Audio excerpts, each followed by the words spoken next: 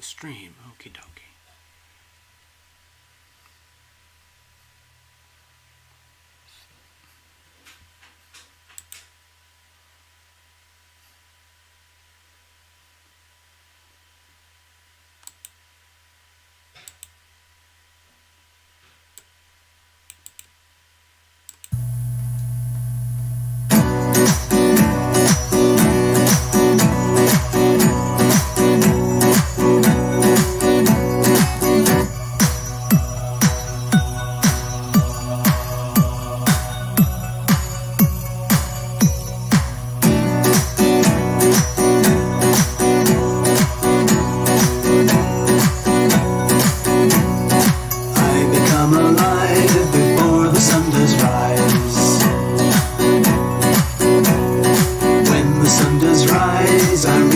For the skies,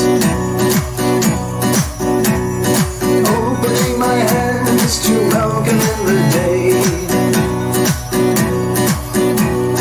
gather in the sun's rays before I'm on my way,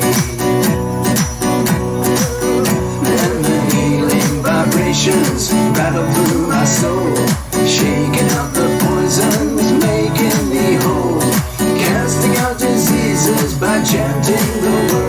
The sounds of the universe by all will be heard. Resonate inside us, numb is the word.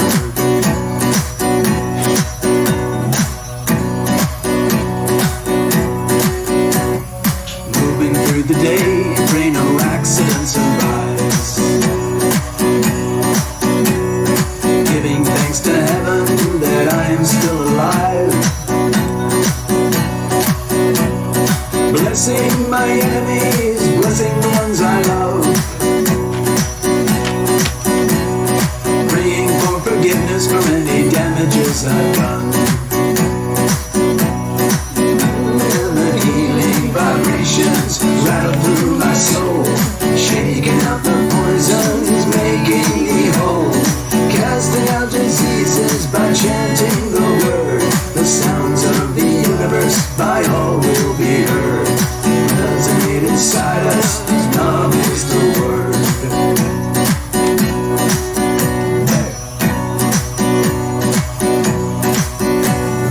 Now the day is done and moon is on the rise. My trials and tribulations all bottled up inside. I summon in the numb as I reach up for the skies. I command all fear and shadows be gone before my eyes. And the healing vibrations rattle through my soul, shaking out the poisons, making me whole, casting out diseases by chanting the word. The sounds of the universe by all will be heard. Resonate inside us, love is the word. And the healing vibrations rattle through my soul, shaking out the poisons, making me whole, casting out diseases by chanting the word. The sounds of the universe by all will be heard. Resonate inside us, love is the word. Get everybody stomp and chant and stomp.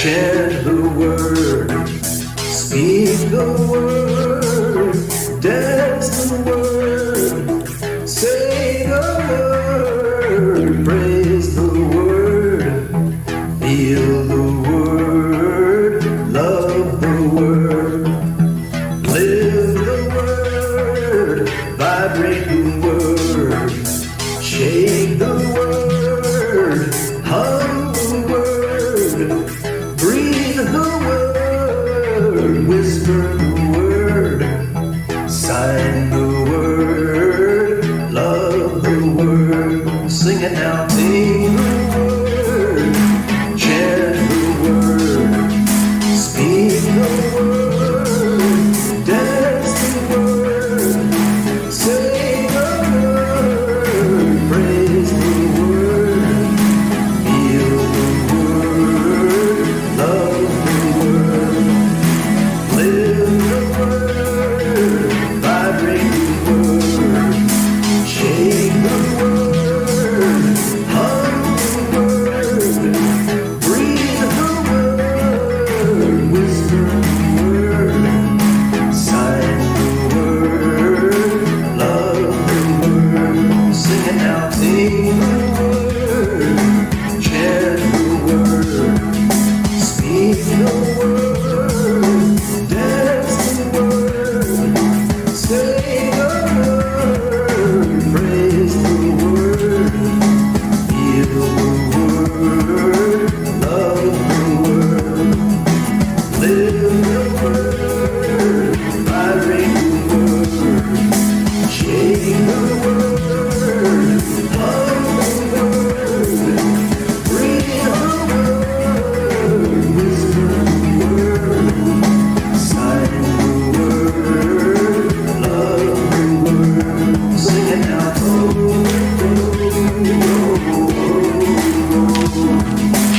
oh,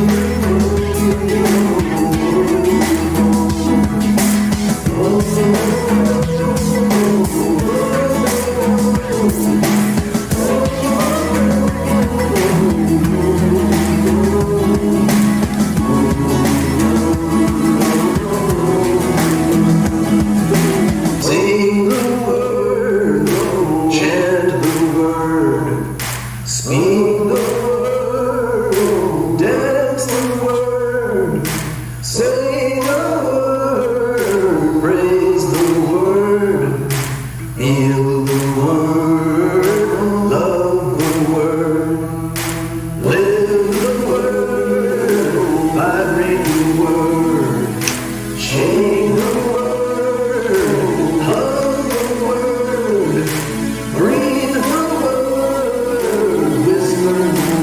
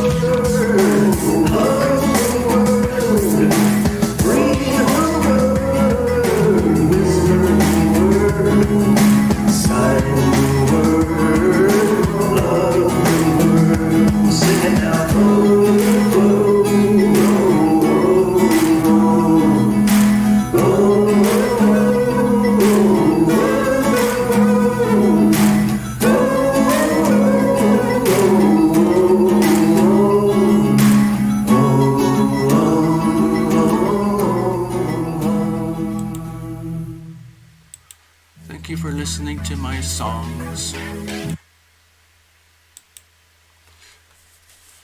Thank you very much. Oh, hold on. What's this in the notes? Oh, dear.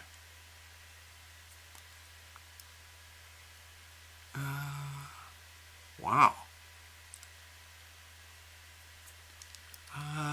Okay. Your clothing laws. Hang in there, love. Jeepers, what's going on? Alright. Hello, Path. Okay, a lot of upheaval for Tina regarding real estate, obviously. Wow. Hang in there, love. Oh. Okay, let's have this is, talk about turbulence.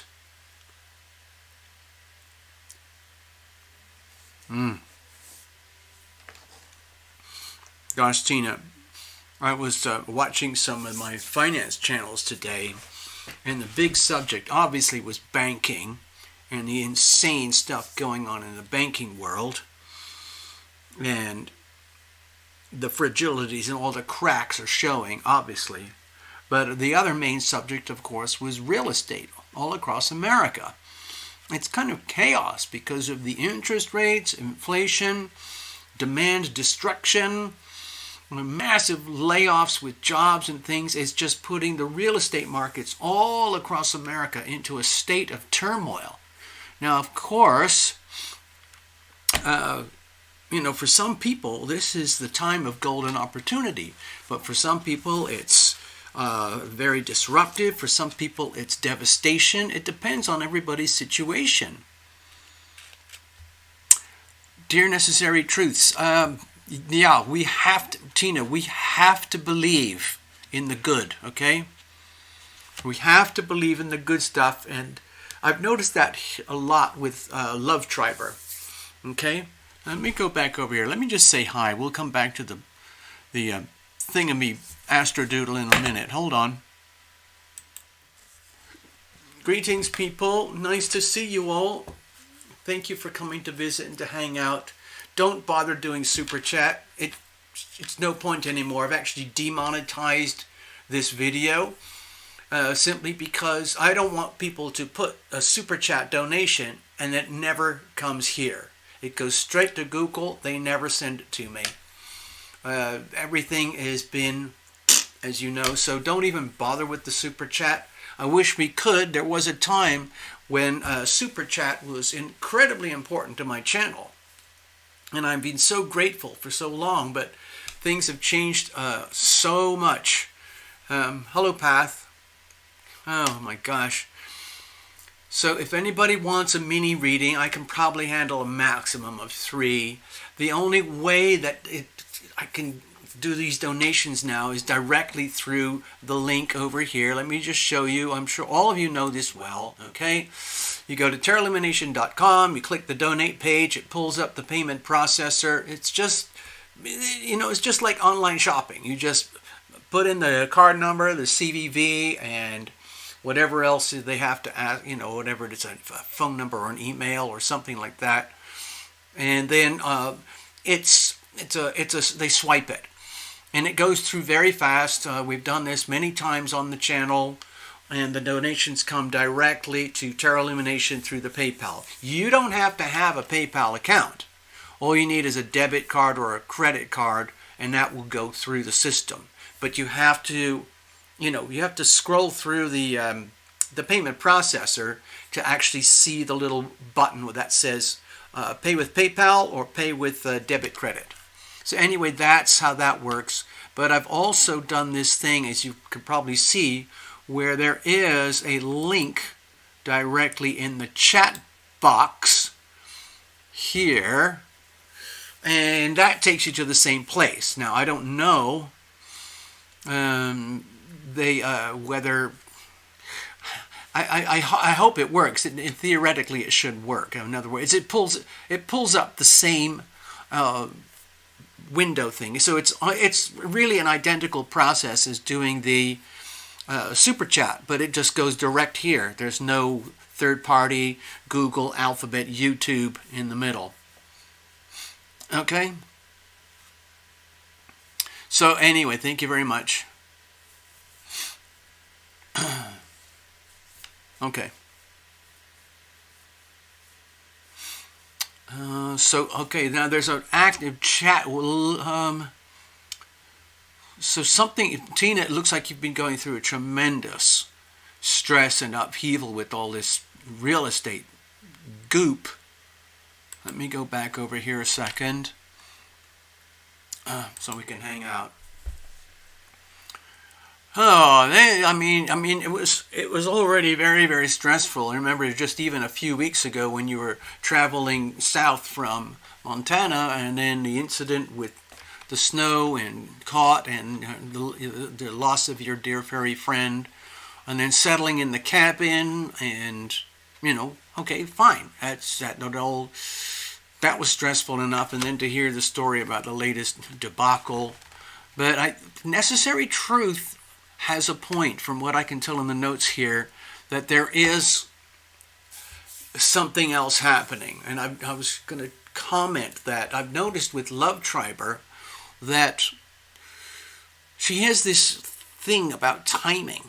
It's one of her gifts, where so long as you've got the psychological, let's say, fortitude and the spiritual courage to hang in and believe that there is something better going on, and you don't cave into the stress, then something very stressful can actually turn into something that's a little bit more beneficial, and then the timing works in her favor with better outcomes than could have possibly happened by, let's say, the original expectation or the original scenario. So right now, Tina, all I can say is just please hang in. Obviously, you're doing a lot of damage control and triage on the side. And let me just check in over here with the chat, because I saw some more notes. Where is it? New closing date, April 24th. Necessary says you close in August, so hang in there. New buyer, but you lost the house in New Mexico. The sellers took it off the market. Oh my God. June, it gets clear, but you close on your new place in August. What new place? Have you already got... so the one you were expecting is now off market, and you've already found another place? Okay. The new contract is on the old house is for $9,000 more. So that's good, yeah. So let's just stay optimistic here. Tina, this works out for you. If NT is saying that, I have a feeling, Tina, this is very definitive, that NT is onto something here. Remember, she is a medium, and I've been a beneficiary of her amazing talents. So let's trust in the goodness. Let's believe in the goodness, and let's hope. Hope is when you believe when there is no evidence to make it reasonable to believe. So let's hope as well. Okay. And I have the info directly to their banker. Oh, that's nice. And he welcomes your call. Even better. Okay, need to change. Congrats. I think that's good. Let's have a look. TL, it is only as PayPal as option. Yeah, that's right. Sorry. Okay. Didn't get any from the trenches parking. No, TL. Okay, I don't understand the notes in the chat. No, new house. I didn't get pictures from you. Okay, all right. So I've caught up as much as I can on the chat. I'm going to add this link again right here just in case. Okay. So let me see here. Oh, man. Okay. New buyer and they're solid. Oh, thank God. Fuck. Jesus. Talk about stress, man. Serious stresses. God. It's almost like I'm feeling it from here personally. All right, let's have a look over here. I've got to do a little bit of a checkup, a bit of I'm doing some admin over at the... Give me a second here. I got to find out a couple things. I'll be back. I'm just doing homework behind the scenes. Okay, got that. See, it works beautifully. Just everything. Okay, thank you, Tina. Thank you, thank you, thank you. Now, I'm going to go over here. Back over here. I'm just doing clickety-clicks behind the scenes while we all get organized. What's that? They like your roses. Okie dokie. Oh, man. So, we're... I'm sure every one of you have noticed these like deep, profound shifts in your life experience, your environment, your, let's say, your perceptions, the events in life around you. I'm noticing it in particular because, I'm processing my own astrology and then sharing it with you. I'm not at the point where I do a daily broadcast. I mean, I've talked about it with friends and you guys multiple times. I just haven't been able to get it together that much. I think I'd like to do that, I would love to do like a 5-10 minute thing every day and then have fun on Sunday like we're doing now. What's that? How big is the soul? Yeah. It's a perfect family for your house. They have 2 small children and several friends in the same subdivision. That's definitely good. Okay. Saturn return. You gotta love it. It's amazing. The Saturn return, there's a reason why it's so famous, because it simultaneously works with you and verifies and certifies the administrative tests that have been imposed on you for the previous 30 years. And it comes up with a test report, positives and negatives. In other words, you passed on this, and this. A passing grade, so that's great. But you had a failing grade on this, and this. So, we're going to start the new Saturn return with the points of attention being everything on which you failed. And then we're going to have another test in 29 and a half years. Actually, the test is already starting, but it culminates. The test culminates at the 29 and a half year mark. So, yeah. People who are right on their second Saturn return, there can be frequently as much pain as the first Saturn return.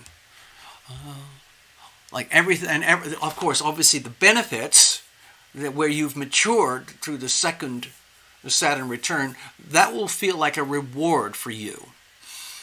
Where you're having lots of stresses is where there are still things to learn and to be held accountable, and that's where you will feel the pain and suffering. So that's just Saturn. Of course, there's only other stuff going on, but you mentioned the Saturn return and the second Saturn return. Well, guess what? If you live to about 88 years old, if you make it that far, you're going to end up at the end of your third Saturn return. So that'll be fun. Oh, man.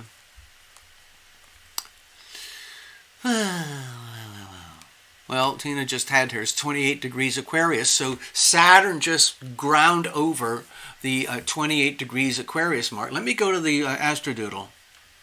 Okay, let's go over here.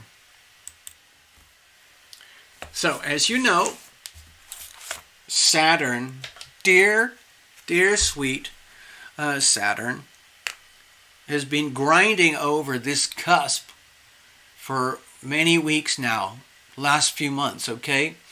And it actually just crossed over. Let's do the theoretical, technical stuff here. Okay, here's Saturn. The actual point of crossover was the day before yesterday into the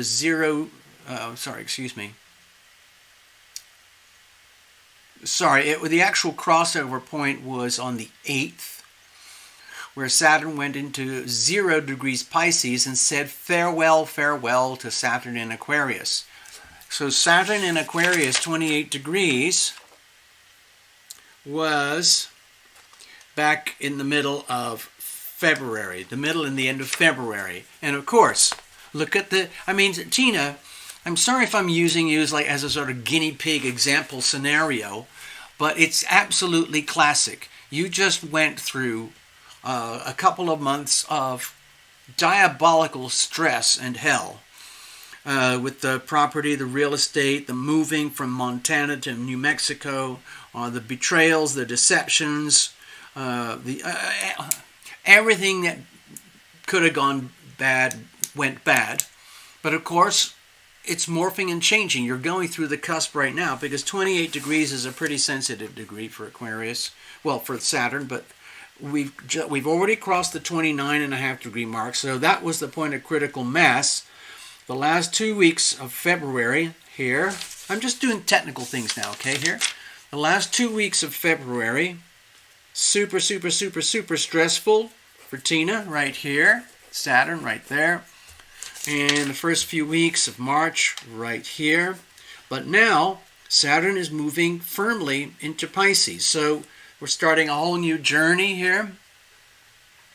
So I haven't looked at the retrogrades. Give me a moment. Saturn retrogrades in the middle of June. And so on. Okay, we'll talk about that later. Let's not worry about it now. We got enough to stress about now. All right. So yeah, Tina is a living example of what it's like. It's like clockwork. It's literally like clockwork. Okay.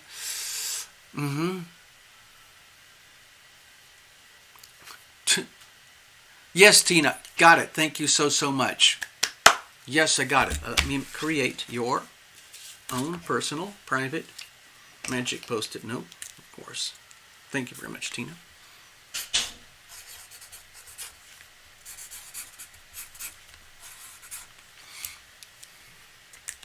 It's actually pretty amazing, like having a real live, sorry, Tina, it's like a specimen. We have here tonight on the show. We have a real live specimen of a human being who just lived through their second Saturn return. They're coming out the other side now, entering a whole new chapter of life at the extreme beginning, opening degrees of the next Saturn return, up to the age of about 88 to 90, somewhere in there. So it's a whole new journey for the life lessons of Saturn. But of course, Tina is much wiser now. Okay? I got it, Tina. So whatever you're doing with the finances and debit credit cards, it's working. So the thing came through. Thank you very much. Gosh. You never know what's going to happen on this show, okay? You really, really don't. I just focus on the little astrology weather report. I mean, this changes every single day, every single second. But this is what it is right now. And as NT pointed out, we're right on the cusp of the Aries new moon, which just happens to be right here. Where are we? Can you see that? I don't know if you can see that. I don't know how well it shows up. But anyway, we're here. Okay, there's the 19th. Okay, so we're right on the edge of the Aries new moon. So we're right at the tippy very edge of a singular lunar cycle mostly to do with Pisces. So when you're talking about an Aries new moon, that means the moon is conjunct Aries. They're lined up basically at the same point in the heavens. New starts and new beginnings for the whole Aries vibe. So that would be right over here. I mean, it's not very accurate on my astrodoodle, but there's the sun, 29.5 degrees, and there's the moon in Pisces. So over the next 36 to 48 hours, we're going to actually witness the conjunction of the sun and the moon right here in Aries. It's going to be right here, kind of at the tip of my pen, and Mercury is going to be very close to it. You can see, okay? So when you get, a situation where things are very, very close to the cusps, like the 0 degree marks or the 29 degree marks, it can be pretty intense, okay? So that's what's going to happen. So in simple terms, think about new starts, new beginnings for Aries people, obviously, but also wherever this point lies in your chart. So it's literally very, very, very close over here. The Aries, it's going to be at about the 1 degree mark, the 0 to 1 degree mark, right here. Okay, so that's going to be, my pen isn't even sharp enough to do that, but that's going to be right here. So wherever Aries 0 to 1 degrees appears in your personal chart, that is where you are going to have your new start, a new vibe, new beginning for the Aries energy field in your chart. So of course that could be anywhere, depending on who you are. This is a chart for the world, but the rest of it could be for anyone, anywhere. Okay? Maria, hello. Ivona, hello. Oh, man. Yeah. Now, wait a minute. I think I saw Elizabeth Babcock here. Is that right? Wait a minute. I just had a flashback here. Give me a second. Oh my God, the chat is very long. There she is, Elizabeth. Hello, good evening. Good evening. All right, so let me go over here. Righty-ho. All right, let's go over here again. Sorry, I'm still clicking around with the different apps and so on. It's very, I'm just going to, let me go, I'll go back to the Astrodoodle in just a little bit. I just want to share a little story. I've got so many different stories like buzzing around in my head. I've been keeping close contact with my buddies and loved ones in New Zealand because there's been a lot of activity in New Zealand. So I'm keeping very, very close, and everything's kind of good over there. The way it works with me is that I'm very, very, I would say, connected with a certain person. It's to the point of clairvoyance, like clairaudience and everything. We love each other dearly in our own way, and we're very close. And we keep, it's like kind of we keep watch over each other, and we enhance each other's lives. But I tell you, New Zealand, overall, man, it's been a bumpy ride for the Kiwis, but they're okay, and they're going to be okay because they are very, very tough, hardy people. Man, so as you know, I do my private readings here online. Some of you have had readings with me, and I do them all over the world. I'm sort of past my glory days in that regard.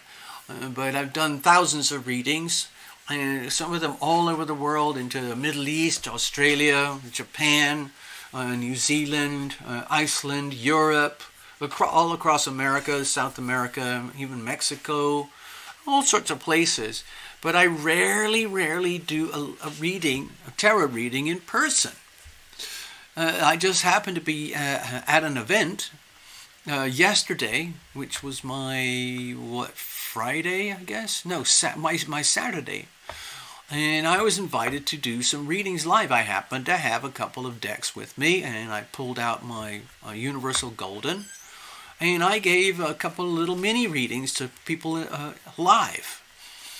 And I forgot how powerful this process can be. Because it's great what we do here, but to actually be face to face with that person, I'm literally, just inches away. And sharing that energy and doing these readings for someone, and you can tell the clients, these people were like, wow. And it's just like what we do here. But it was amazing to have the affirmation. I could see her head nodding, going like, oh my God, I know exactly what you're talking about. I understand now. Thank you so much. And then we would work through the reading. I just used my little diagnostic, situational spread. Same as what we do here. And it was, it kind of gave me a sense of hope, like, wow, I can still do this stuff. And it was very satisfying. And I had another encounter as well.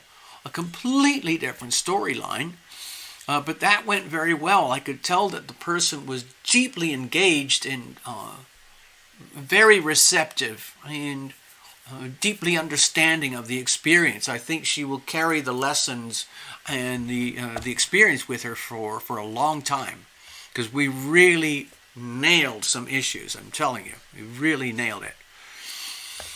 Oh, man, let me go back to the chart. I just want to mention a few things. So, you can see I've got one of these big fat squares going on. And again, it's Mars in Gemini hard squaring with Neptune, and now the Sun, and very shortly the Moon in Pisces. So this is, in a matter of hours, this little vibe here is going to squash up and be even more intense here before it moves into Aries. So when it reaches this level of intensity here, this big fat red square is going to get even more tense. And in my astrology world, at the macro scale, for global astrology, I'm relating this very, very closely to all the communications going on between I would say, the shadow, deep state, dark side of American Washington politics versus another version of American politics regarding a fellow initials DT. I don't know whether you like him or not. It doesn't matter. I'm just trying to make an example here. There's some mind-boggling stories coming out about Donald is preparing to be arrested on Tuesday or sometime next week for crimes, misdemeanors, and everything from some pathetic little scandal from about 7 years ago. It's already expired, whatever they call it. The term limits on a legal case, and it's really a civil matter at most. But the attorneys in New York are trying to turn it into a vicious attack, basically trying to stain the bizarre image of DT to try and make him look like a complete incompetent doofus who could never possibly run for president again. The thing about it, of course, it's fantasy, lies, betrayal, and it's going to backfire really, really badly on the prosecutors because the prosecutors are operating in the world of the deep swamp, at the deepest levels of the deep swamp. And I'm not even going to mention party names or anything like that. And it's so bad that they're just making themselves look really stupid now. These are literally acts of desperation for the hardcore extremists on one side who hate this fellow DT. And they're trying to literally get him, just destroy him. In fact, it's going to backfire so badly that it's just going to make DT even stronger. It's so ridiculous. And when I talk about the 29th degree, the 29.5 degree mark, which is coming very quickly here, it's going to, okay, on my chart, of course, it's going to be right here. That's the point of critical mass, and we're going to see that starting very early Monday morning, or even late Sunday night, Monday morning next week. And within a matter of hours, the moon is going to be over here to almost make it worse. So you might as well just switch on your media if you're interested in this stuff at all, of course. Switch it on and watch it as like a comedy show. Get your popcorn and watch the bizarre headlines as they come out.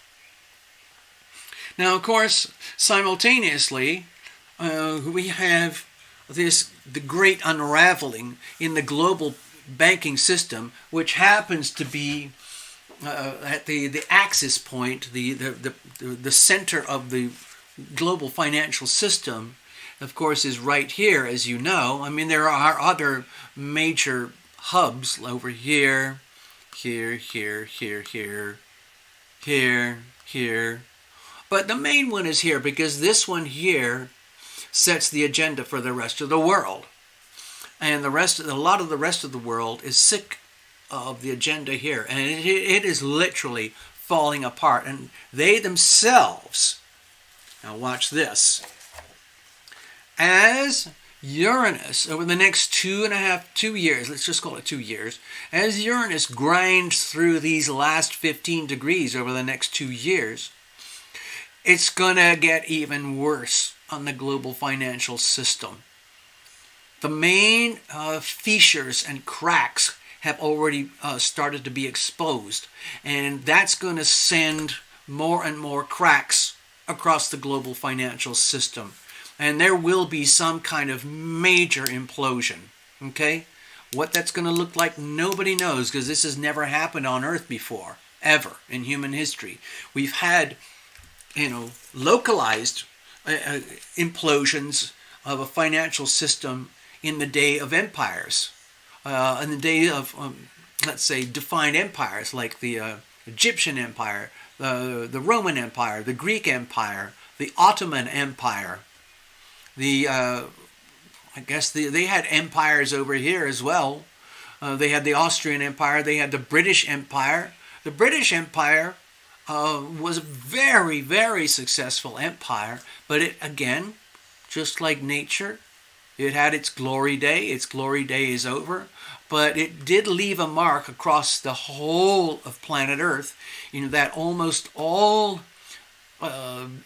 let's say, the most effective and respected legal environments are based on British law, okay? And the British finance and British banking systems. This used to be the global center of world banking over here. Okay, but now this is the center, global epicenter. But this one is now imploding. It's almost like we had the American Empire for 250 years. Now, I don't know how long. The Roman Empire went for much longer. The British Empire went for much, much longer. But ours in America, it was born, it's living, and it's dying. And it's going to go through another repeat cycle, starting on the Pluto cycle, which will have a Pluto return. Now, as you know, the Saturn cycle is about 29.5 years. So that gives you about 2.5 years in each sign. So, long life, roughly 30, 60, 90, for the Saturn cycle. But a human being maxes out at about 85. And so you're only going to get a fraction of a Pluto cycle in your lifetime. I know in my lifetime I've lived through about 4 or 5 Pluto seasons. And it's been very, very marked journey in each one. But anyway, back to the chart here. So there's this very, very stressful thing here, which is very much about betrayal, lies, deception, and communications. And with Mars and Gemini, the way I see this is that we, the people, the common communications of everyday life are screaming out, enough is enough. And more people are waking up across Earth saying there's something very wrong with the global financial system. And we need to challenge the oligarchs and their lies, deceptions, betrayals, theft, treachery, and frankly, demonic agendas. It's time to wake up and call it out for what it is. And that's what's happening. And for a lot of people, they feel it in the wallet, like your job, your career, your money, your economy, your finances. And if you're a country with your own empire like America, America's going to feel it in the American pocketbook. Of course, that's happening right now. Inflation is out of control, berserk. Interest rates are going to go up and up and up. Do those things simultaneously, and that's a recipe for a depression, not a recession. It's a depression, okay? And so the American population will feel that in terms of cost of living going this way, value of your hard asset, cost of living going this way, the value of your dollars going this way. What does that equal? Poverty. Okay? What does poverty do? It creates stress, anxiety, theft, crime, the implosion of society. And everybody starts to turn on each other. Now, of course, there are some people, and I agree with this myself, that this is actually part of the agenda. So in other words, the Pluto cycle is personalized. There are people who actually represent the dark, deepest, most evil side of Pluto energy, whatever sign it is. Just as there are people who represent the most heavenly divine form of Pluto energy, wherever they are. And so you get this contest. Like with Pluto energy, it devolves into simple black and white, yes, no. Decisions. Are you in? Are you out? Are you with the tyranny, the tyrants? Are you stuck, locked in places like China, Iran, North Korea, Pakistan? Turkey's pretty challenged. Brazil and Argentina, they're turning communist. Canada is turning communist. Australia is highly infected by communism. Eastern Europe, all of that stuff. If you're in that population group, you're aware of how horrible it can be. Now, of course, there are some profiteers. If you're in a group that aligns with what things that we call things like freedom, democracy, free market capitalism, sovereign money, sovereign self, real money, all those kinds of things, you can break it down into two camps: freedom versus tyranny. And, of course, everything often happens in a state of flux where you have to be flexible and mutable and be able to mingle because it's all happening simultaneously. But, for example, I'm not a computer expert, but in the world of computers and programming and coding, everything dissolves into a 0 or a 1. That's a yes or a no. In, out, left, right. And I remember as a kid studying transistors and electricity, and I was fascinated by these little tiny microscopic components that were designed to make a decision, yes or no, based on an electrical impulse. And then that decision triggers another decision, which triggers eventually what's called an outcome. An outcome is usually the result of many, many, many yes-no decisions in a row. When you have a situation like, I'm not sure what to do, that means the system has stopped. You can't do a yes, you can't do a no, so that's a pause. But in computer code, which is overwritten by computer language, it always devolves to a 0 or a 1, or a yes or a no. And it happens at the speed of light these days with the 3mm nano chips, okay?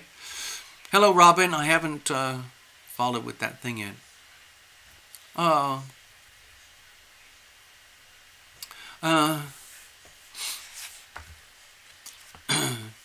yes, I see your notes there. It's about what they're doing with the banking while everybody focuses on DT. Yeah. It's amazing.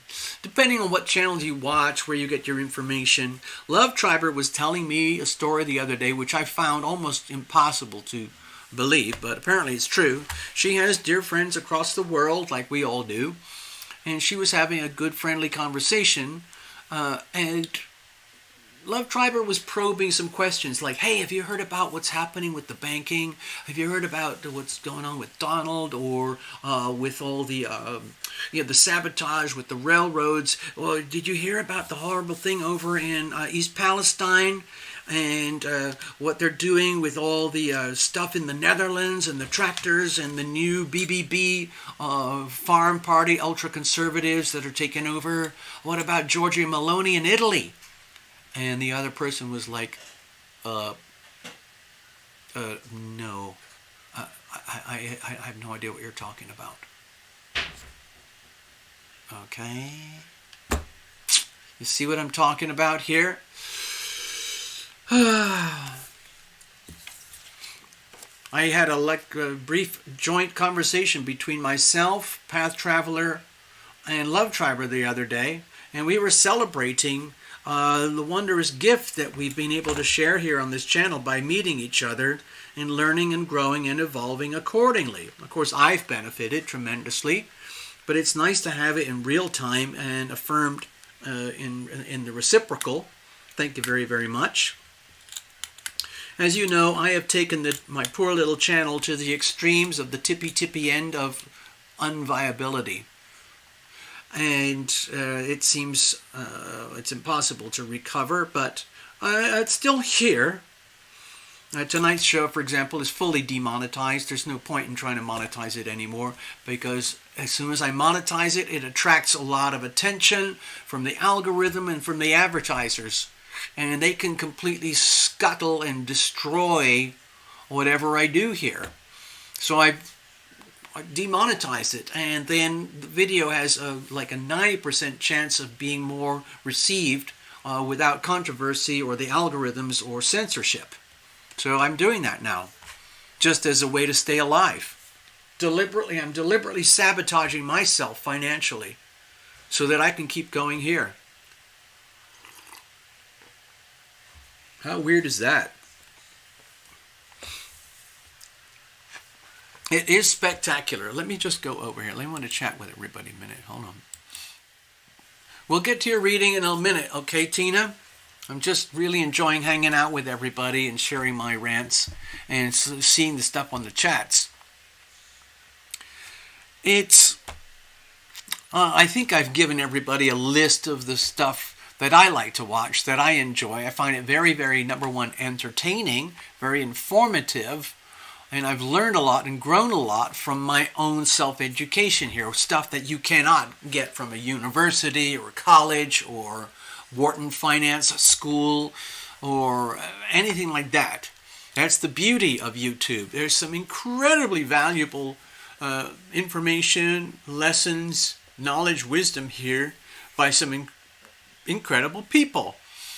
And I have been very selective over the years. I've curated some of my favorite people. There's a lot more, but I've distilled it down to just a small handful that I love and I trust, but half of them are going this way, and they've had to do a lot of self-censorship in order to survive. So, what can I tell you? This is how it is now, and we have to deal with it. I reached a kind of a point of saturation over the last month during the Pisces phase and the Aquarius phase, where how much more can we take in here with the deception, the lies, the betrayal? But again, it was highly predictable. When Saturn moves into Pisces, and it's going to be here for at least 2.5 years, as far as I'm concerned, we're going to witness a long-term sewage spill. That's how I look at it. A spiritual sewage spill across the whole of planet Earth in terms of how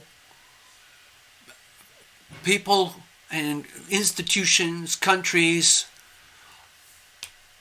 who tell us they have our best interests at heart and they're doing everything they can to make everything better for the world are actually just the opposite. They are the embodiment of evil. They are the embodiment of people who promise everything, that we're going to save the world. And all you have to do is trust me. Okay? And so that, of course, has led us to where we are today. Some of, look who just arrived. Oh my gosh. Hey, Path, I don't know if you want to spend your energy on this creepy, whatever it is. It's some kind of bot thing. Tarot Destroyer has become famous for being Tarot Destroyer. It's like, Tarot Destroyer is kind of like those people who go around sabotaging events. You know, they go in there, they dress up and they look like a tarot aficionado, but then they go and kick the tables out, or they start screaming and yelling and starting fires. I imagine Tarot Destroyer has a sort of psychological spirit, AI code. Perhaps it's a bot or a person, but they're built like these hardcore, I'm not even going to use the words, but these are the people who were sabotaging and doing violent acts over in Portland, Oregon a few years ago that triggered more violence and more incendiary behavior across the United States, in fact, across the world. And I also associate Tarot Destroyer energy with things like deliberate sabotage on our infrastructure, the railways, the farms, the animals, the shipping, all that kind of evil energy, and they love it. They love it. Agent provocateur is the French word for somebody who comes in and deliberately screws things up. Like what's happening in France right now. It isn't just a few thousand. There's millions of people protesting in France. A lot of the protests are amplified by people like basically who are, setting cars on fire, throwing petrol bombs, gasoline bombs at police officers, all that kind of stuff just to stir up the SHIT. There are people who just love to do that. We have one here tonight. Gosh, wow. Yes, what can you do? Elizabeth Babcock is guided and protected. Oh, I've got a song about that. Yeah, it's almost like, to me, it's almost like watching a bizarre Netflix series. And some of the movies that are coming out, I'm not an expert at this, but Path Traveler and Love Triber are experts at noticing how certain movies and news stories come out in such a way as though the future is already written. It's already predicted, and everything is happening by design. You can imagine Klaus and Bill and George and Christine and Larry, all these folks associated with the WEF and all their affiliates like the UN, the IMF, World Bank, WHO, all these affiliates at the very, very top of the global elite. They just can't help themselves. So in a way you have to forgive them because they are truly sociopaths, psychopaths. That's how they're born. That's how they live. That's how they earn their living. Okay? As far as they're concerned, I'm just a piece of cattle. I am literally something, all they want to do is milk me. They want to keep me operational as much as possible as if I am an individual debt cow on a debt cow farm, which is basically the United States. And they want to take it to the next level. They've already basically taken the debt farm, basically the United States debt farm. It's not the United States of America, it's the United States of debt. And they've taken it to the limit. They can't take it any further. All the cows are maxed out. We can't give any more milk. We can't give any more meat. We can't give any more labor. They've injected us with all sorts of stimulants and hormones and everything to keep us going. Fake money, fake money, fake money. Inflate, inflate, inflate. Just keep the debt farm going. But you get to a point where it just goes, the cows collapse. Just what happened earlier, where was it, last year? 10,000 cows simultaneously died and collapsed. Stress. I call it stress. What about those millions of fish that just died in that river? Where was the river? Where the hell was it? Was it Minnesota? No, there was another river. There was a river over in a beautiful place. Millions and millions of fish dying. And then, of course, all that, you probably heard about the nuclear wastewater, 400,000 gallons that was tipped into the local river over there in Minnesota. I think of it as sabotage. And I don't want to go on too much about CHINA, because they are, in case you don't understand by now, the people, the whole place, it's very sad for the actual population, but that population of that place, CHINA, is completely living at the mercy of the C.P., which is basically an evil criminal enterprise as far as I'm concerned. They operate a slave camp. America operates a debt farm. You put them together, two versions of evil, you have what we have on earth today. Tyranny versus freedom. But the thing is, the American debt farm is imploding. I'm a debt cow in my own way. I try to survive outside of the slaughterhouse, and so far I'm still alive. I'm not really a victim of the slaughterhouse. Some people are. Some people's lives have been devastated by those things that you put in the shoulder that have a sharp point on the end of it. And who was it? Just the other day, I have a dear friend. She's not here tonight, but she was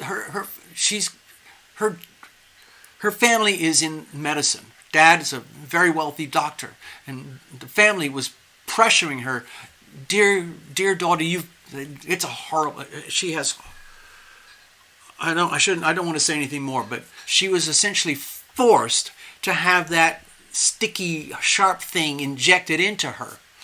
And within a matter of weeks, she now has extreme asthma and what they call COPD, and her blood isn't working properly, and she can barely get out of bed, barely walk to the grocery store, which is really only about a 10-15 minute walk away.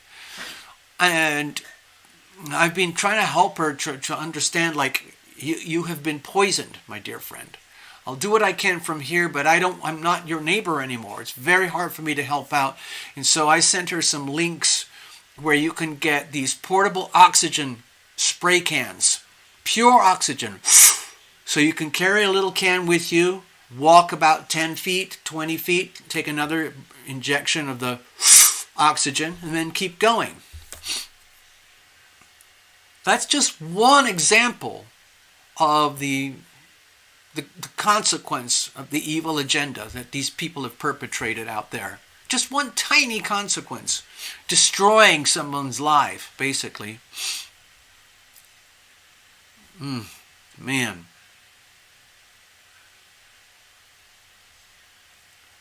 Oh, gosh.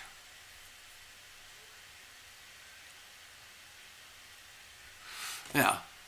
Robin is telling us she needs about 5 minutes to transmute fear into love. And then you are fully charged up.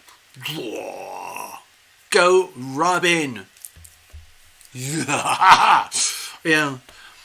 My head is kind of spinning to the point where I don't really have any particular anchor points on which to focus at the moment, because like I said, to me it's like a massive sewage spill. And I'm just here witnessing it. It's in the world of global politics, global finance especially, but global health, global I already said politics. Those are because I'm I love this macro astrology stuff. So that's how I'm seeing things. That's how I'm witnessing things. And then when I hear some of the stories and information and the news things that I'm getting from my sources, it makes me go, holy bleep. But at the same time, I'm going, well, actually, all of this is highly predictable. It's just a question of the details. Okay, so that's kind of where we are. That's how I look at it. Okay. Oh, man. So, I wonder if I should do this now. You know what? I'm going to take this opportunity while I think about it, because Path, you asked me about this a while ago. I did homework before that, or way earlier in the year. I've got some notes here. Give me a second. Got a whole pile of stuff. And let me go through here. I'm going back to the stage for a minute. I'll still get to you, Tina. Don't worry. About last year, I pulled out some dates that really, really concern me. So I'm going to show them here to you now. You might want to mark your calendars, because these are timestamps of extreme critical mass in the world astrology. And it will impact you at the personal level as well. But how that is, I can't help you without doing a deep dive personal reading. So anyway, but I'm just sharing the information. These are 2 critical dates. There are more. The whole of June and July, I don't even know what to say. I'll have to come to that later. 20th of May. Mars is around 0 degrees Leo. Pluto is around 0 degrees Aquarius. This is a massively powerful opposition, almost between, it's like, I associate with this with extreme potential for breakout of revolution in the form of violence. Mars, because this is incredibly hard energy to control. You know, I often talk about energy management. Try to control this energy. It's like trying to stop a nuclear bomb from going off. I'm not saying it's going to be nuclear war, but it's like this is a highly volatile timestamp. The next one we have is Mars is around 29 degrees Cancer, Pluto around 29 degrees Capricorn. That's when we go into the big retrogrades late. Do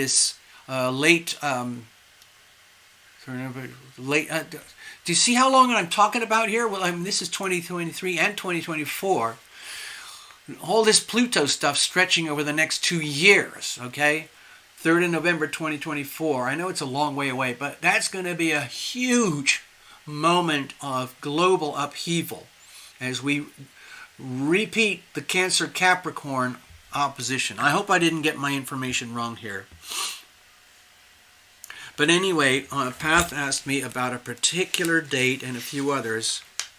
Let me see if I can find the actual charts here. I held on to some of these charts because some of them have long-term implications. Where did I put it? Give me a second. I know I stashed it somewhere. Oh, where? Maybe it's not. Yeah. Hold on. Just stay there. Stay there, folks. Don't go away. I've got to go through all my files. Give me a second. Okay. No, it's not there.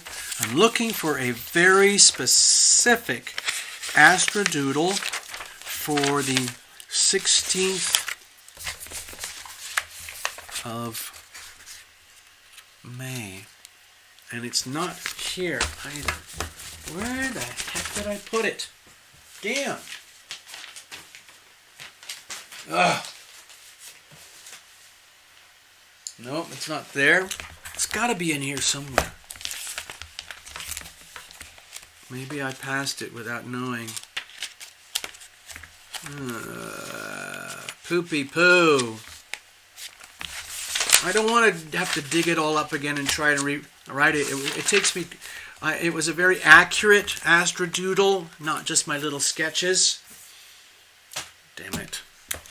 Damn it. Hold on. Here it is. I got it. I got it. Okay.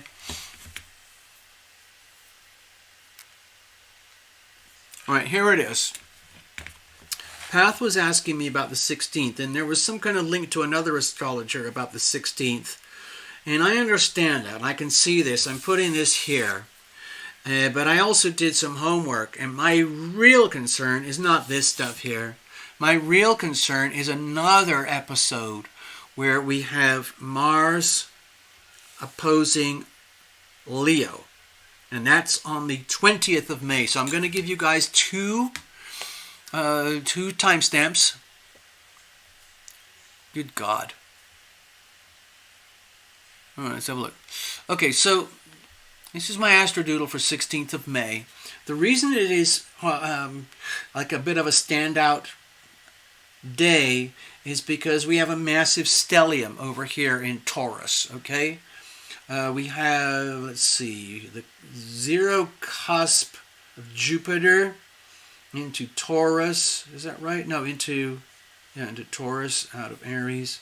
We got Mercury. We got the North Node. We've got Uranus. We've got the Sun. And there'll probably be a moon in here somewhere as well. So it's going to be like 5 planets piling up in Taurus. So the way I look at this, this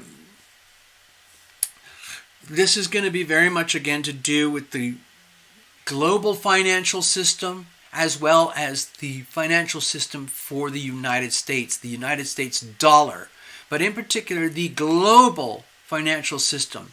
And the dominant energy in here will be the Sun transiting over Uranus, okay?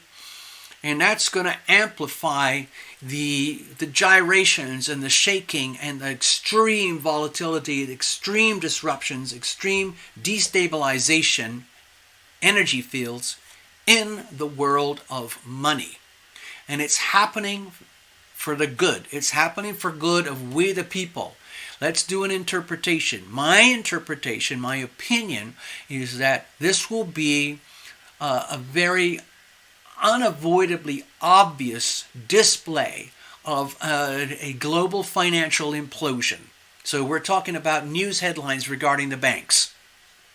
And of course everything that goes with it. How are we going to avoid reporting on the mainstream news that the global banking system is imploding, that the American dollar is being undermined, bankruptcies, and so on and so on. And so it's going to be very, very mixed up. But all I'm saying here is please maybe take some advance action to protect yourself, because it happens like a domino cascading effect where, let's put it this way. The United States Federal Reserve is broke.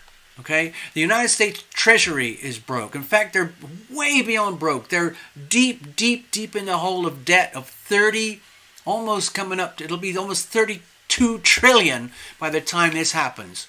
And eventually reality will kick in. What do you have? An implosion. So, okay, I'll just do this. I'll just hold this up here. If somebody said they wanted to take a picture. Okay.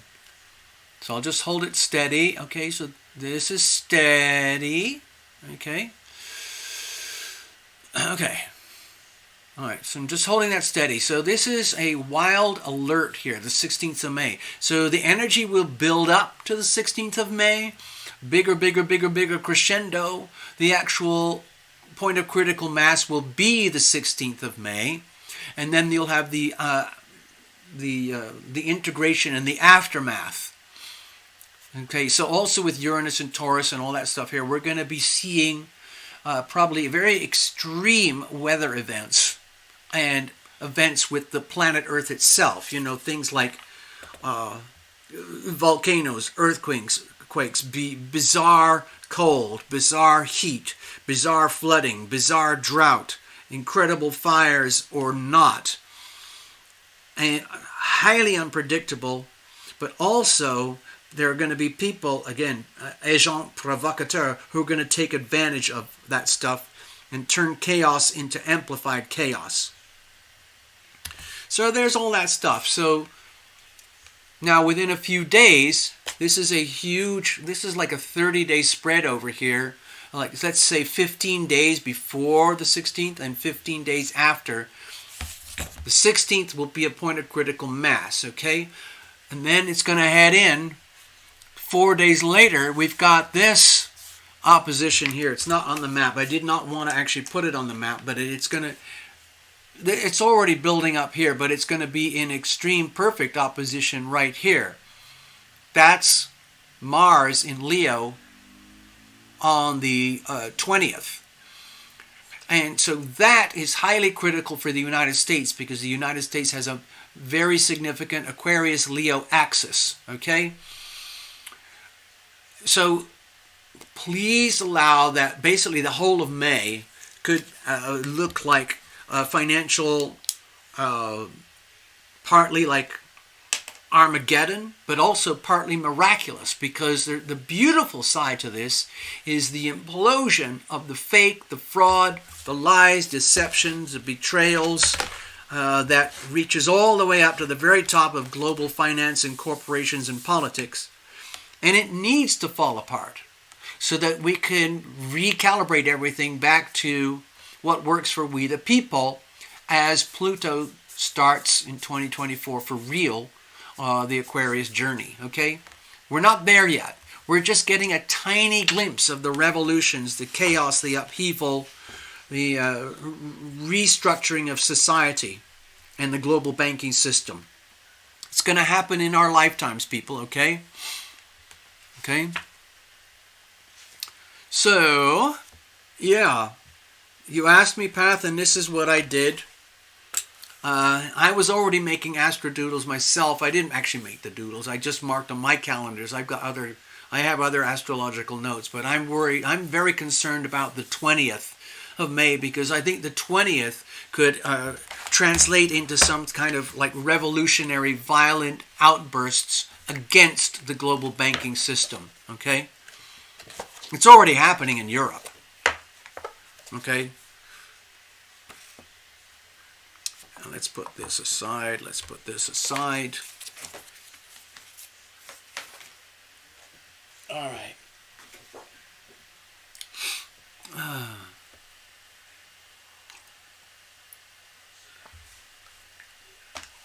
All right, now let's do this. So, I don't want to rush too far ahead with all the rest of the stuff. The whole of 2023, honestly, oh my God. Anyway, we're going to deal with it, okay? That's what we do here. We just basically help each other out. And I'm really just a little, I'm operating our little virtual campfire. Of course, there's no flame or smokes here, but this is, right, like the way I see it is, I didn't plan it this way. I didn't really want it this way. I really, truly want a physical property, preferably in New Zealand, and somehow or other I get incredibly rich and I can just host people. That's what I would really, really want to do. It would be just like, when Tina is settled in and she has a housewarming party and we all show up.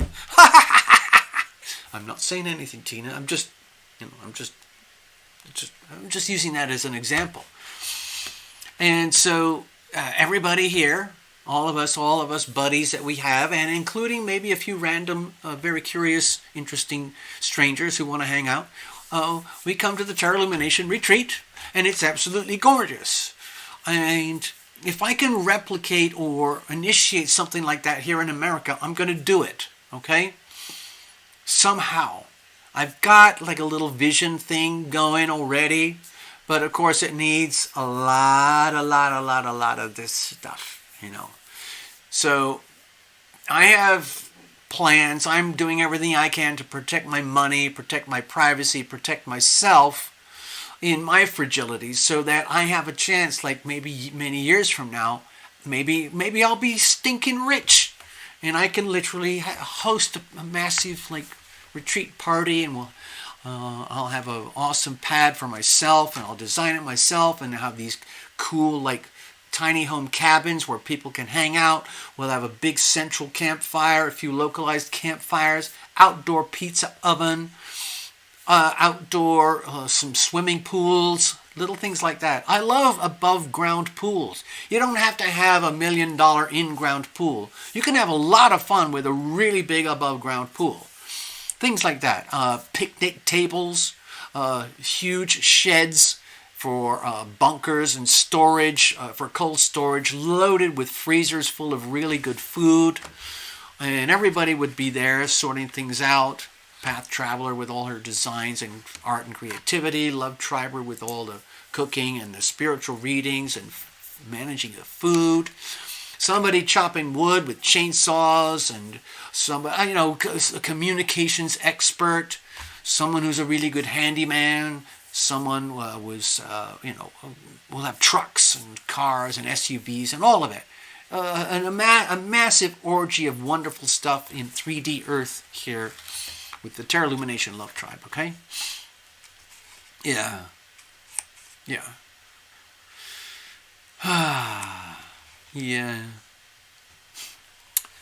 So anyway, the news and the stories continue to astound. And when I see some of my favorite folks delivering the stories, like, you can see the amazement in themselves. Like, most of them are not kids. Most of them are not in their teens or 20s or even 30s. I would say most of them are probably in their 40s and above. And they've seen a lot of stuff, but none of them have seen what is happening today. I'd love to know what's going on with Alaska Prepper. I have a feeling he's been completely shut down by the Alphabet, Google, YouTube thingamies. I don't know. Maybe he got very sick. I don't know. Anyway, Tina, let's do your reading. Let's do this.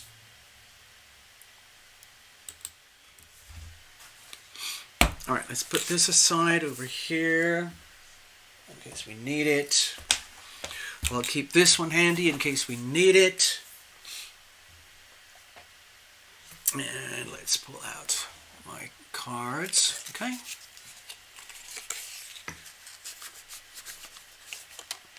Hey, stop this. All this chitter chatter about yummy food. Oh, you're talking about campfire food. Oh yeah, by the way, when we have the retreat fully set up, everybody has to bring your own booze, bring your own liquids. And if you're good at home brews, I don't drink alcohol anymore. I'm very sad about that, but I don't. But I wouldn't stop it. I think it would be awesome. I know I have some dear ones in New Zealand who do their own home brews. There are people in New Zealand who do their own artisanal whiskey. I'm not kidding you. And plus, even though most of the vineyards are destroyed, they make their own wine. Okay. Alrighty, folks. Let's have a look. I'm going to shuffle it up, Tina.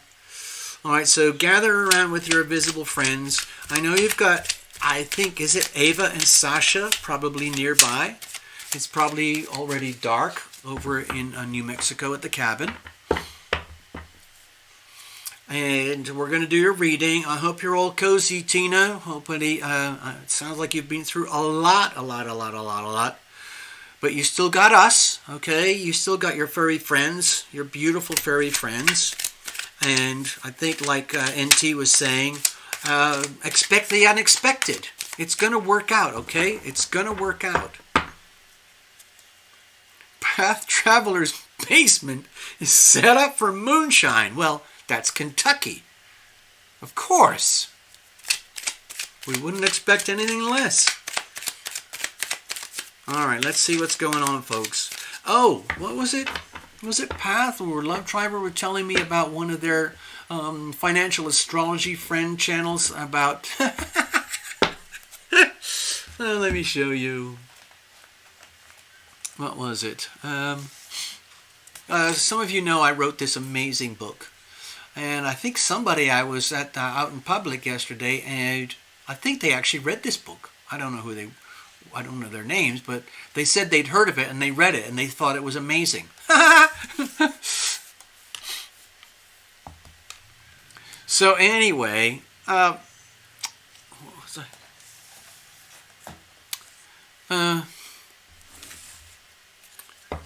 Yeah, I can't remember who it was. It was Path or Love Triber, but we were talking about, you know how we love to talk about finance, global finance, banking. How are we going to protect our money, our privacy, ourselves?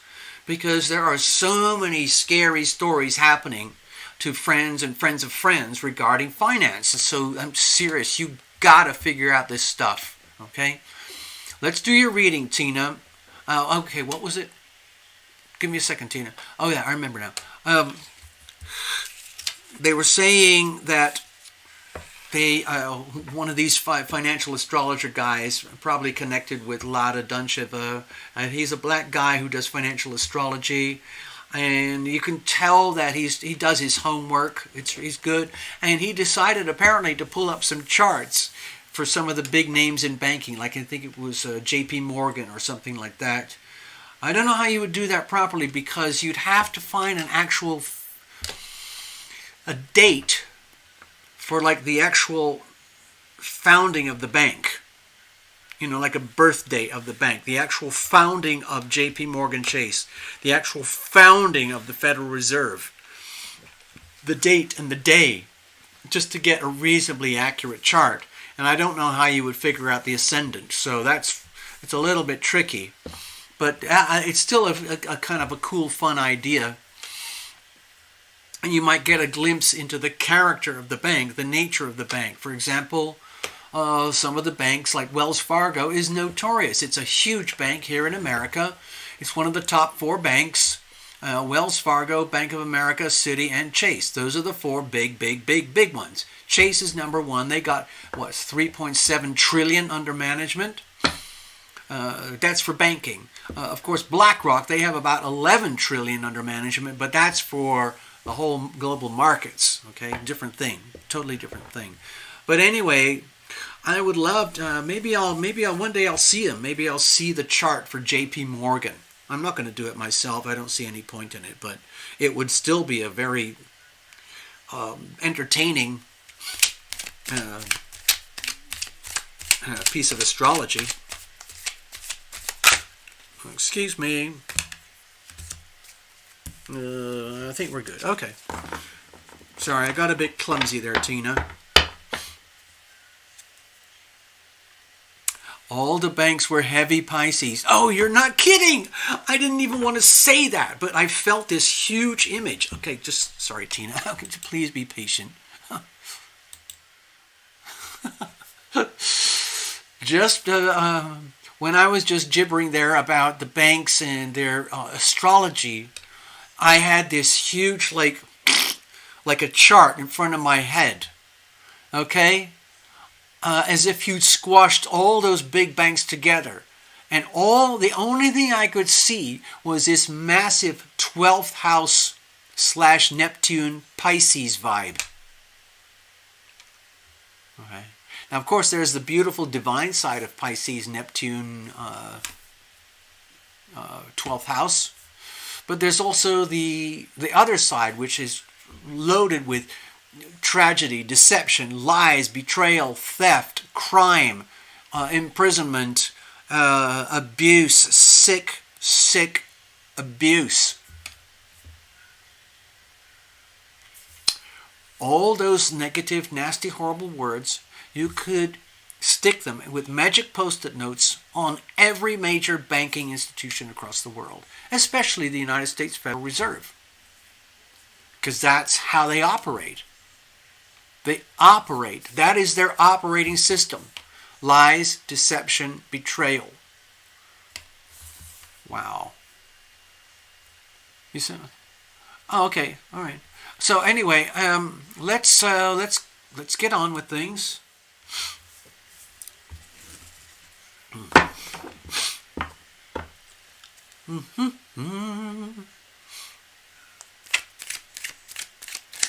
All right, let's have a look, Tina. Let's see what's going on with you and your world God, you've been through so much.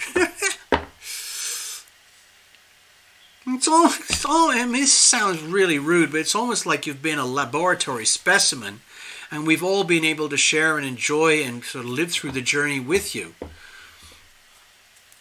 The tragedies and the wonderful things. Well, let's have a look here.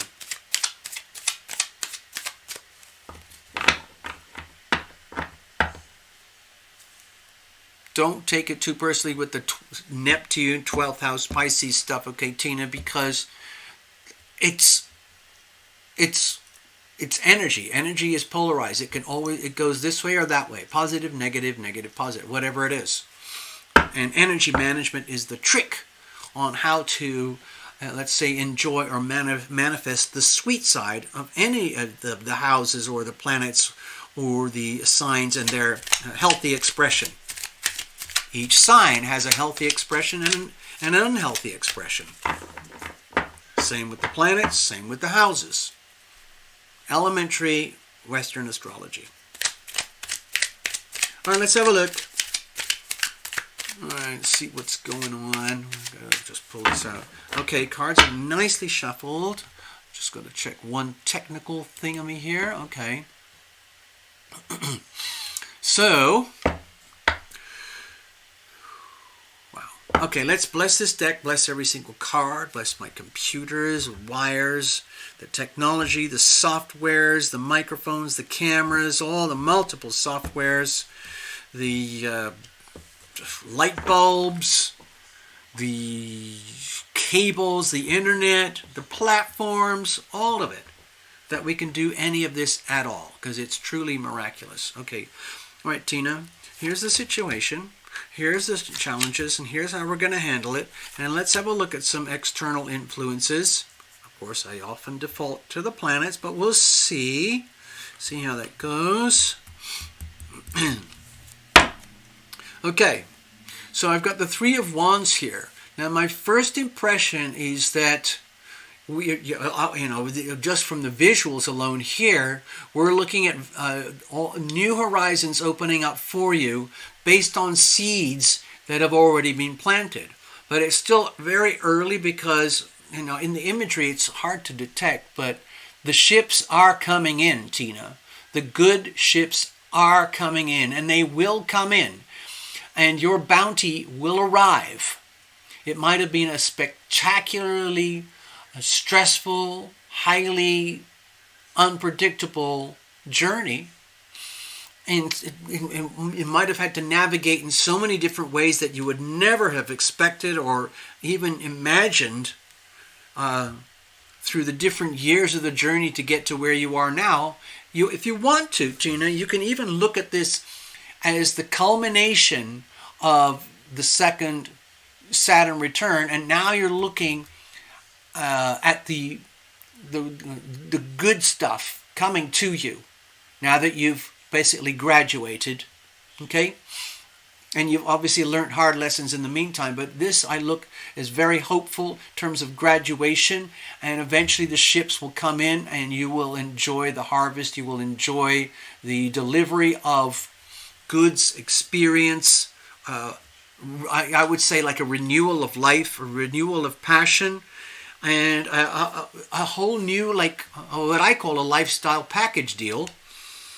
New horizons, really. The wands to me represent hope and inspiration here, and the seeds are sprouting, and that's what you will receive.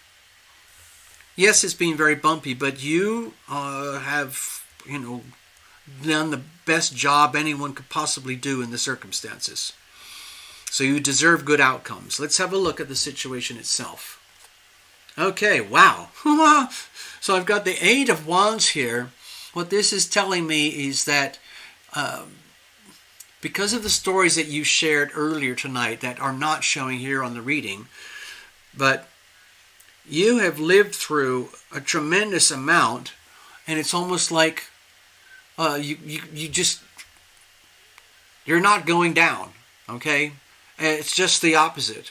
It's almost like you're starting to build up momentum, courage, vitality, ingenuity, hope, inspiration, dynamism, to take on a new destiny. Because let's just plan for the next Saturn return. Let's get you to whatever it is I said, 88 or something, okay? And enjoy the ride and embrace it fully. Now I think it was last week or something where it was kind of heart-wrenching. For me, it was really kind of heart-wrenching to hear the way your story came out. I'm just going to go over here for a second, Tina. But what it felt to me is that you were doing, I don't know, somehow or other putting on a very, very brave energy field in the face of so many challenges.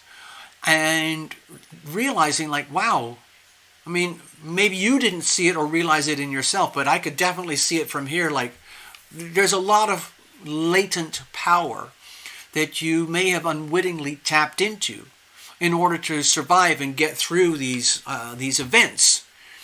And so it's almost like over the rest of this year, you're going to end up proving to yourself that, wow, I'm actually kind of cool. I've actually got some chops. I've got some vitality. I can actually, become not only skilled, but more skillful at my own energy management, where I can fine-tune my energy to the point where I am deliberately choosing the most optimal way for me to express my energy each day, one day at a time, rather than being a victim of circumstances, a victim of things outside of you over which you have no control. It's almost like, oh, what's the point? And and then people could say, well, it hurts. It hurts to be a victim. It hurts to be suffering from this and that and that and that. And then guess what happens? Energy flows where attention goes. And if you keep focusing on the negative and the pain and the sorrow, you're building more negativity, pain, and sorrow. So what I'm sensing here with the Eight of Wands is that you've been really smacked around, and the only thing you're pulling out of it is like, I might as well just be an optimist by default. I might as well just calibrate myself to expect the best, to want the best, to expect the best. It may not be a direct line from not so good to good, but the outcome and the energy is all focused on what is good and what is best for you, because whatever that is, that's best for everyone and everything else around you. And the reason I'm saying that in particular, making it very, very personal, is because I recall, I think it was last week, when you basically had to do something which I don't think you really would like to do, but to basically admit that I'm not sure if I'm really capable of doing full-on ER anymore. It's understandable. You already know the stresses. I'm not an expert, but I've been in emergency rooms plenty of times myself, and I know what happens there on the receiving end, being a patient. So, yeah, I don't know if I could do that, as my day job, being in the ER. But anyway, when you said that, I kept thinking, wow, it's almost like an admission, like I can't go back there, I can't do that anymore. So I'm just going to recalibrate, revitalize, and take who I am now as this new karmic journey starts to unfold in front of me, hint, Three of Wands, and I can actually start to see a new destiny germinating, perhaps the Aries new moon vibes, creating a crest or a surf wave that you can follow for a few weeks, a few months, or something like that. Yeah, maybe like in about 4 or 5 days or so, as we cross over into the Aries new moon and out the other side, make it your mission. Like, I'm going to go for it. I'm going to live the Eight of Wands. I'm going to live by example. I'm going to be a shining example of Eight of Wands energy, I'm going to fricking go for it. Not take no for an answer. Nothing like that. I'm going to believe in the best outcome. Not just hope, but actually believe it. You've got to believe it to see it. Okay? So let's move on. Okay, so what are the challenges here? Let's have a look. Okay, to me it makes me feel it's like enough is enough is enough. I'm done with all this moving, relocate, pulling up my nest, ripping my nest apart, having to put it all back together again. I would like things to work out properly. I don't know. Remember, this is sort of like about fear. I love things to work properly where it's just me and my loved ones. Basically, you, Sasha, Ava, and Charlie. Okay? And you basically say, enough is enough. I'm going to put a stop to all this hopscotching around the planet. And I am going to take the vitals, the absolute essentials with me and start this new life with maximum energy, enthusiasm, and beliefs. But in the position here, it's almost like, God, can I actually do this? Is this really, really happening? Am I just going to have to rip up my roots again? Oh, I can't take it anymore. I don't want that. I just want this to work out. Let's get it done. Okay? Whew. All right, let's have a look. How are we going to overcome this? Let's have a look. Okay. Be very careful.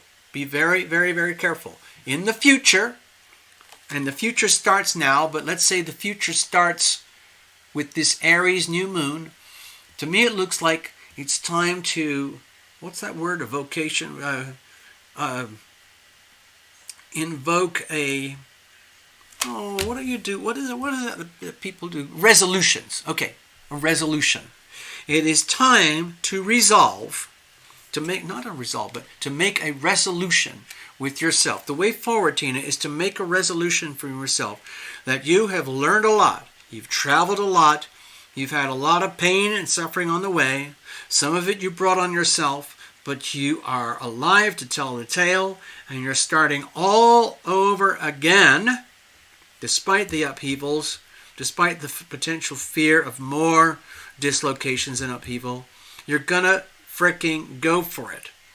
But in order for it to work out properly so that there's a higher degree of stability, it means taking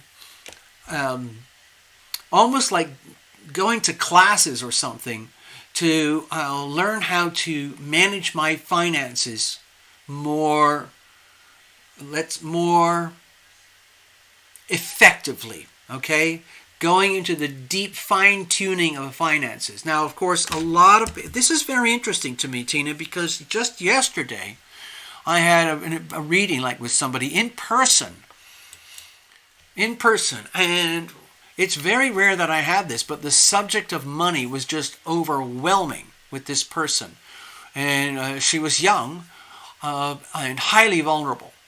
And so the message came to me very powerfully like this: you really need to put effort, that means time and energy, into studying and learning what money really is, as opposed to how you were raised or conditioned to believe what it is or to understand what it is. Because your default understandings of wealth, money, and finance are, let's say, less than optimal. And she wasn't insulted or offended or anything. She fully understood. And so I helped her kind of go along that path.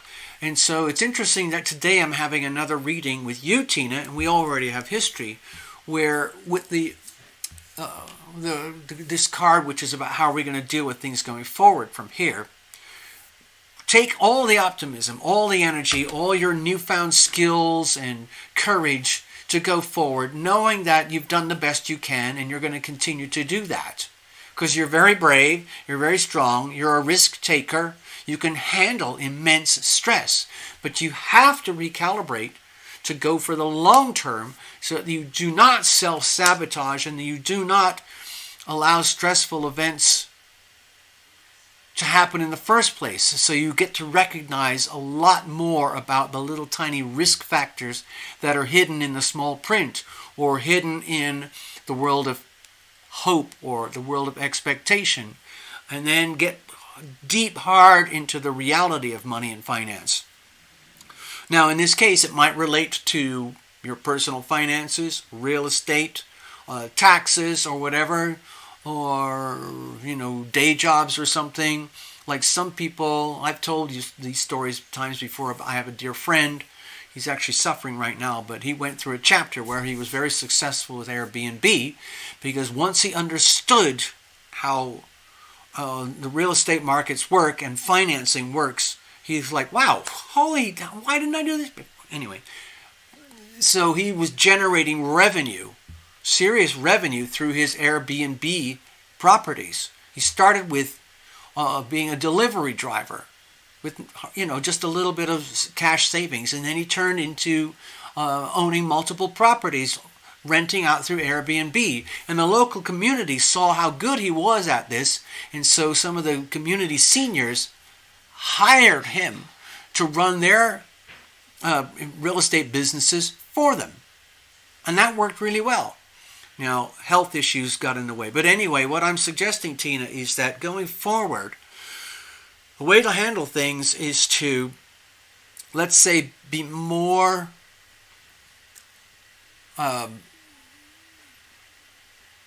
instead of operating from, let's say, reflex behavior or automatic behavior that's, let's say, deeply ingrained into you from childhood and youth regarding your understandings and beliefs about money, wealth, and finance, take the time, use the new cycle of Saturn energy, be very, very patient with anything to do with new financial situations, like thinking long term. What am I going to do with my long term finances? What am I going to do with my short term finances? How am I going to manage my money? What is it that I don't know about banking that I should know? What is it that I don't know about money that I should know? What is it I don't know about protecting my financial health that I don't know? Anyway, all these things need to be addressed very, very carefully so that, things like cash flow operate in a better way. Money coming in for maybe a new day job.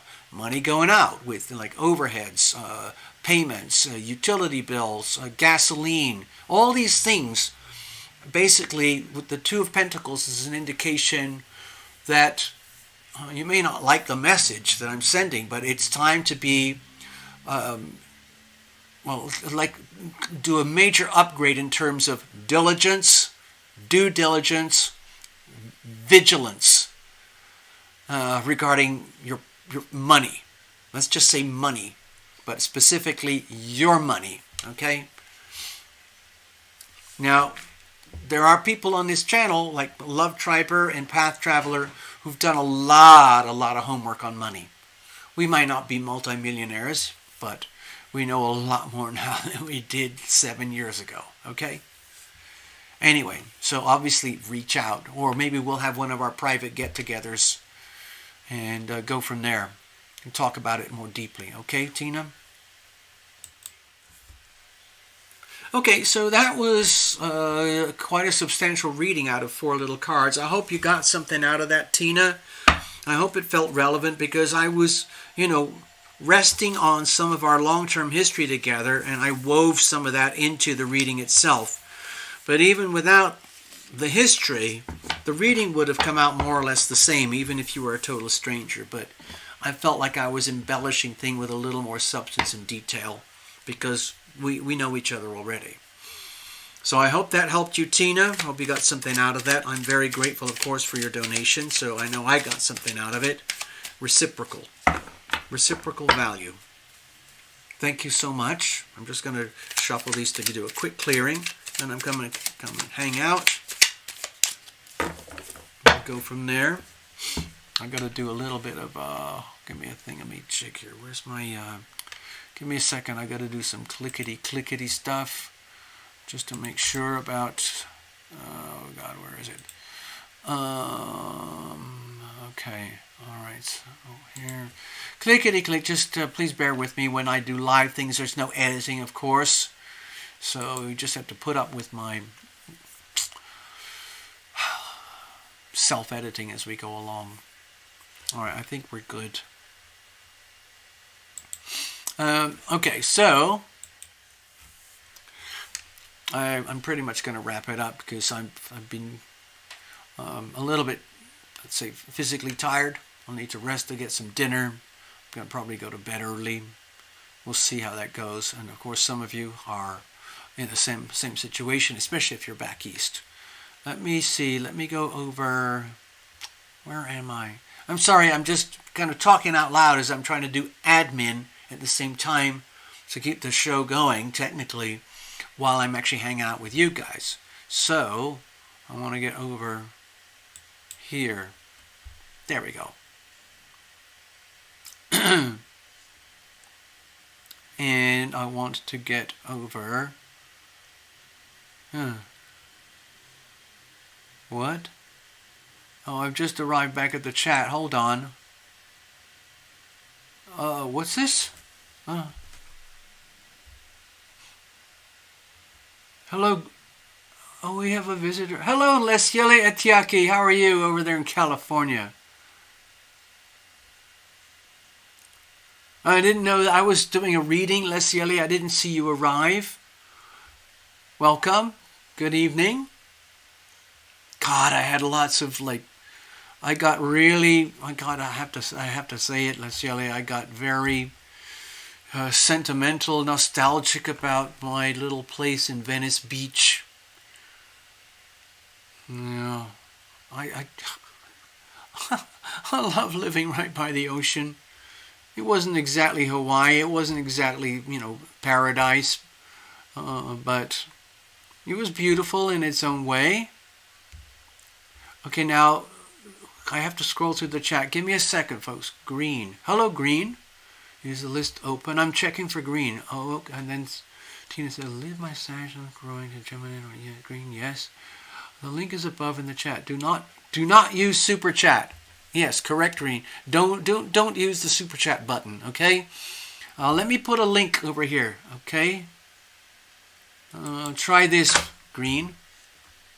See if you can see that. Okay.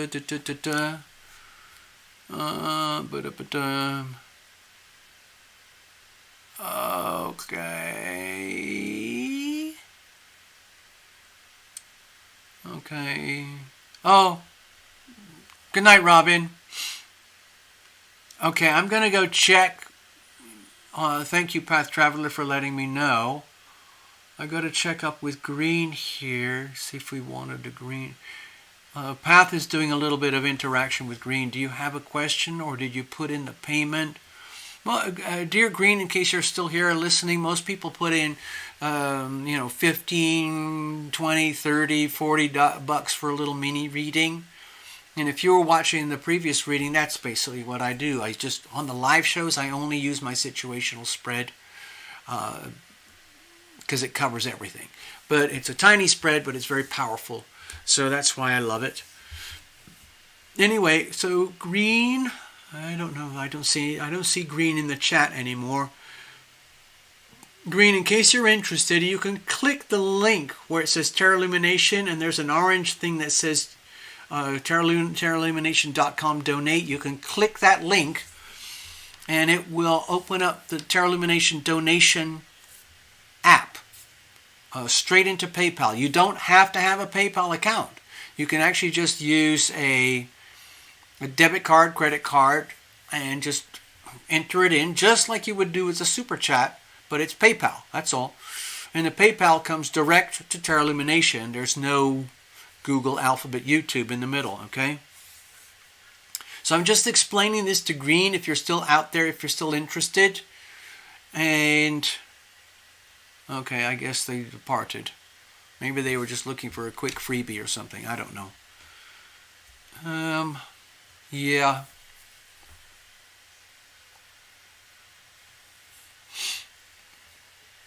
All right, well, At least they were asking, they were curious.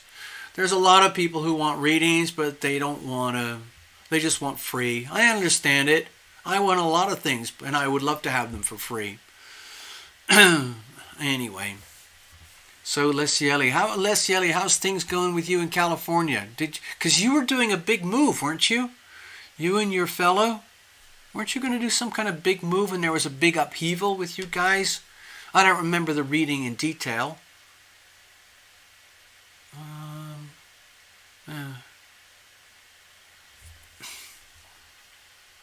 I'm going to go over and check something. So chat amongst yourselves, folks. I just have got to make a quick check-in over here about green. No, I don't see anything. Okay.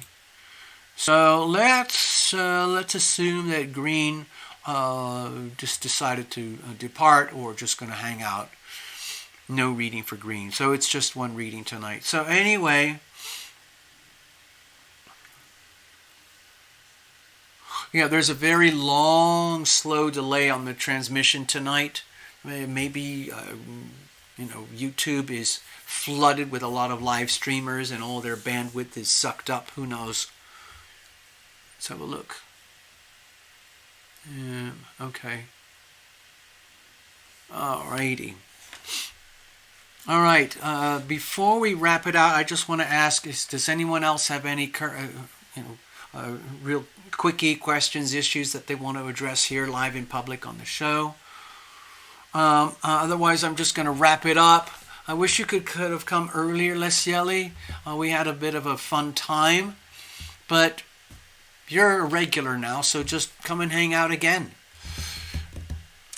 I don't know if I'm going to make it for a Wednesday night thing. I couldn't do it last week. I'm not sure if I can do it this Wednesday, so I might try for Thursday, which would be the 23rd. Okay? So folks, keep... Actually, you know what, Lesieli? I don't have your email on my email. I have an email list. The only thing I've been able to salvage is an email list of about 30 people. And I know there's a lot more, but I don't really know how to retrieve their emails. There's a ton of them, and I'd like to do the bulk email thing, and I can do that, technically speaking. And, oh, looks like I got a reading. I just got a booking. Hold on.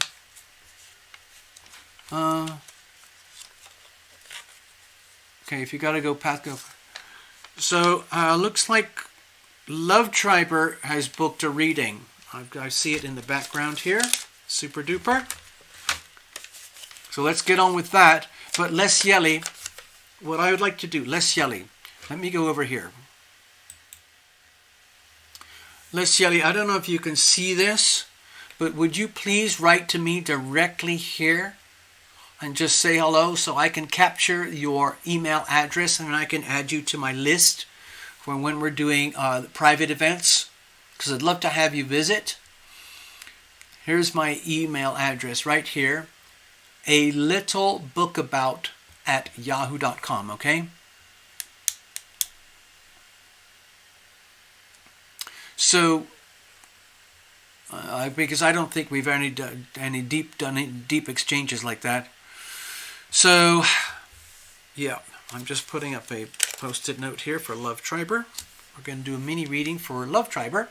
Thank you, Love Triber. I got it.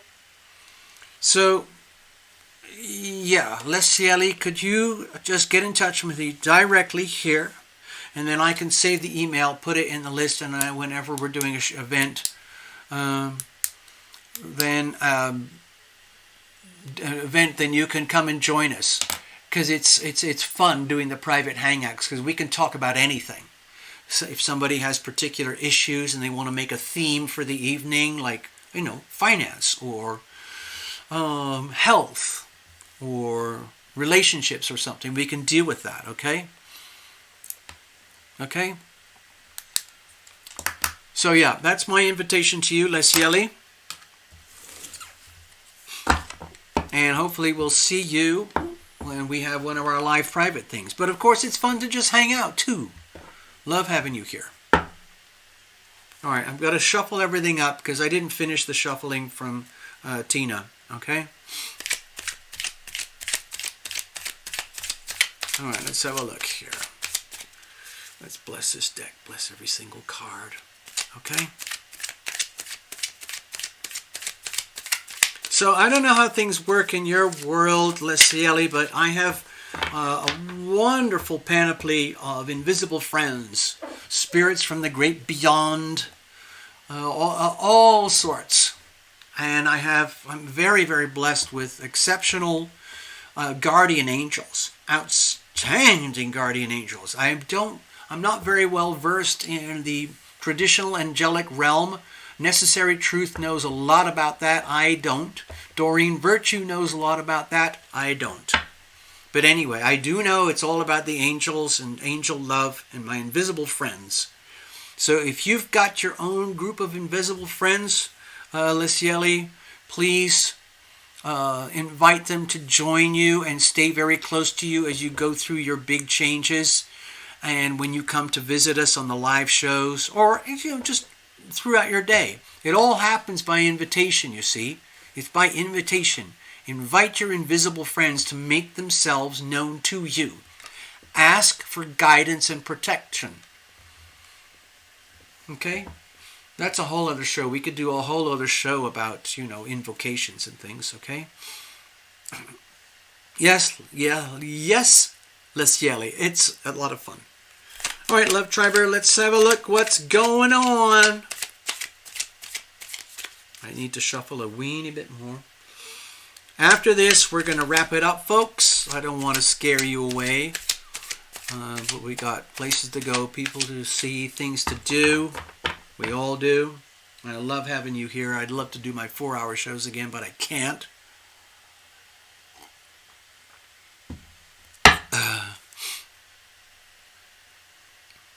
Alrighty. Okay. I hope you can read my email writing up there. One more shuffle, okay, Love Triber? Alright, let's have a look here. Okay, we're good. We're very, very good.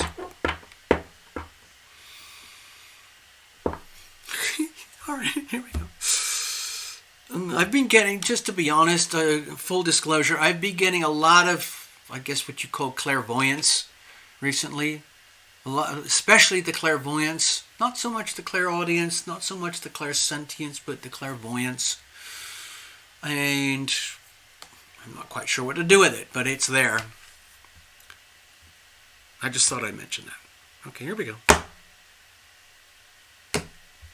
Also, definitely expanding energy fields I'm enjoying with synchronicity, divine intervention, divine experience that's above and beyond explanation in the world of 3D. All right, here we go. Here's the situation. Dear Love Tribe, here's the situation. Here's the challenges. Here's how we're going to handle it. And let's have a look at external influences, of course. I'm going to most likely default to the planets. Let's have a look. Okay, so I've got the 6 of Cups here. My feeling is that this is sort of to do with what's happening live tonight right now, in that this is sort of like a celebration where you specifically, if you actually look at the little girl there, I hope it shows up. Do you see the little girl? I see her as being in a state of partly awe and wonder, but also divine gratitude. And come on, cards, come on, camera, do your thing. I want to really see this. It's not, anyway, you had a, anyway, it's like, oh, there she is. Oh, it faded so quickly. To me, this is like a sort of a need to know vibration I'm getting here, in that you're part of a family. Okay, you, Love Triber, you are part of a family. Let's just say and define it as this family, the tribe, triber, and you are a a pivotal character, because your energy, your name comes up quite frequently on shows and events and things like that, and that your energy has been good for the tribe, and the tribe in turn has either directly or indirectly or subconsciously appreciated you too. And it is at the point where, let's just call it out for what it is. I believe there is a very strong likelihood, in fact, high probability, and probably a fact, that we have all known and loved each other before. Love Triber, in some way or other, you are deeply connected with the other members of the Love Tribe from previous lifetimes. In this lifetime, some of you know that Love Triber is a bit of a medicine woman.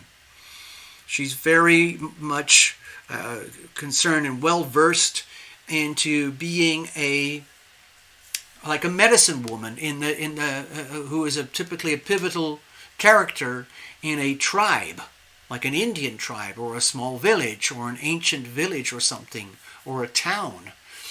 And Love Triber is multi-talented in that way, with her own types of divination and reading of the cards, which actually use Las Vegas casino cards, and her divination work with essential oils and with the jewelry, which is all infused with her basically love energy.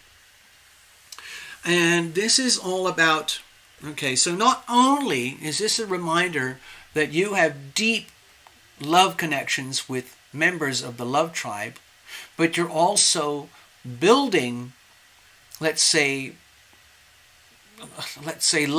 loving connections for another lifetime from now, where you might be living in a parallel world where you get some kind of like past life experience or past life regression thing, and you realize, oh my God, there was a year, when was it? Oh, 2023. And now you're in the year of, let's say, 2071, and you're getting a flashback to 2023, where you had all these characters that you loved and who loved you because of our bizarre divine connection that we have here, that you initiated with the original term Love Triber. So this to me feels like a resonating, pulsing thing to remind you that you're in the zone, and it's about recognizing and acknowledging the past and understanding the present, but also the future. You don't normally associate this card with the future, but that's what I'm sensing here, is that there are future lifetimes where we are still going to know each other. Now that's just a background vibe. You can associate with all these cups here, you can associate it very much to do with divinity, the divine aspects and expressions of love. And also in a very domestic sense. It might be an idea to remind yourself that in your own way you are very, very blessed to have your own house and have your own sense of community, because you do. You do have like a hub in your home. Your home is like a hub, and your network of friends, they love coming here, coming to your hub, because they get healed for whatever reason that they come here. They come in, they get healing, and then they depart. Now, it might not be healing in terms of getting an injection, but it's definitely healing vibes, okay? And that's really about the transmission of love and healing, okay? What's the situation? Let's have a look. The Emperor. Okay, to me, this feels very personal, and it's not an external person. To me, it makes me feel like you're starting to get a glimpse of what it takes, what it tastes like to be the boss of your world, but in a way that you've never actually really enjoyed or understood before. And it's to the point where it's like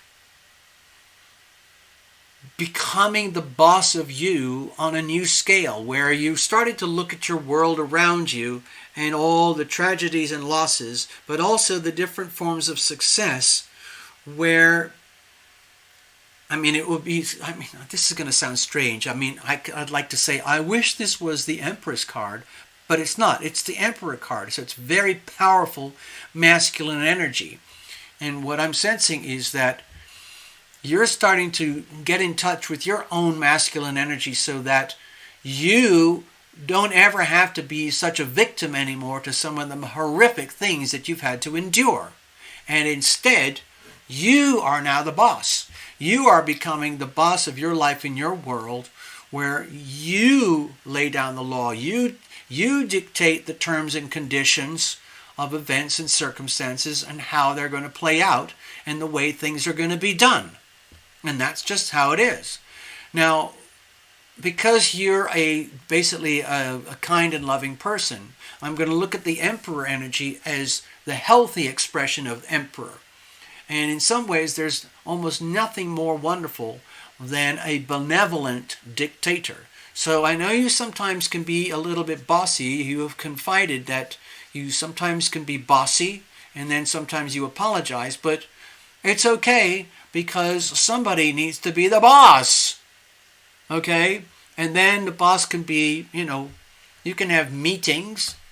You can hang out with other boss amazing people.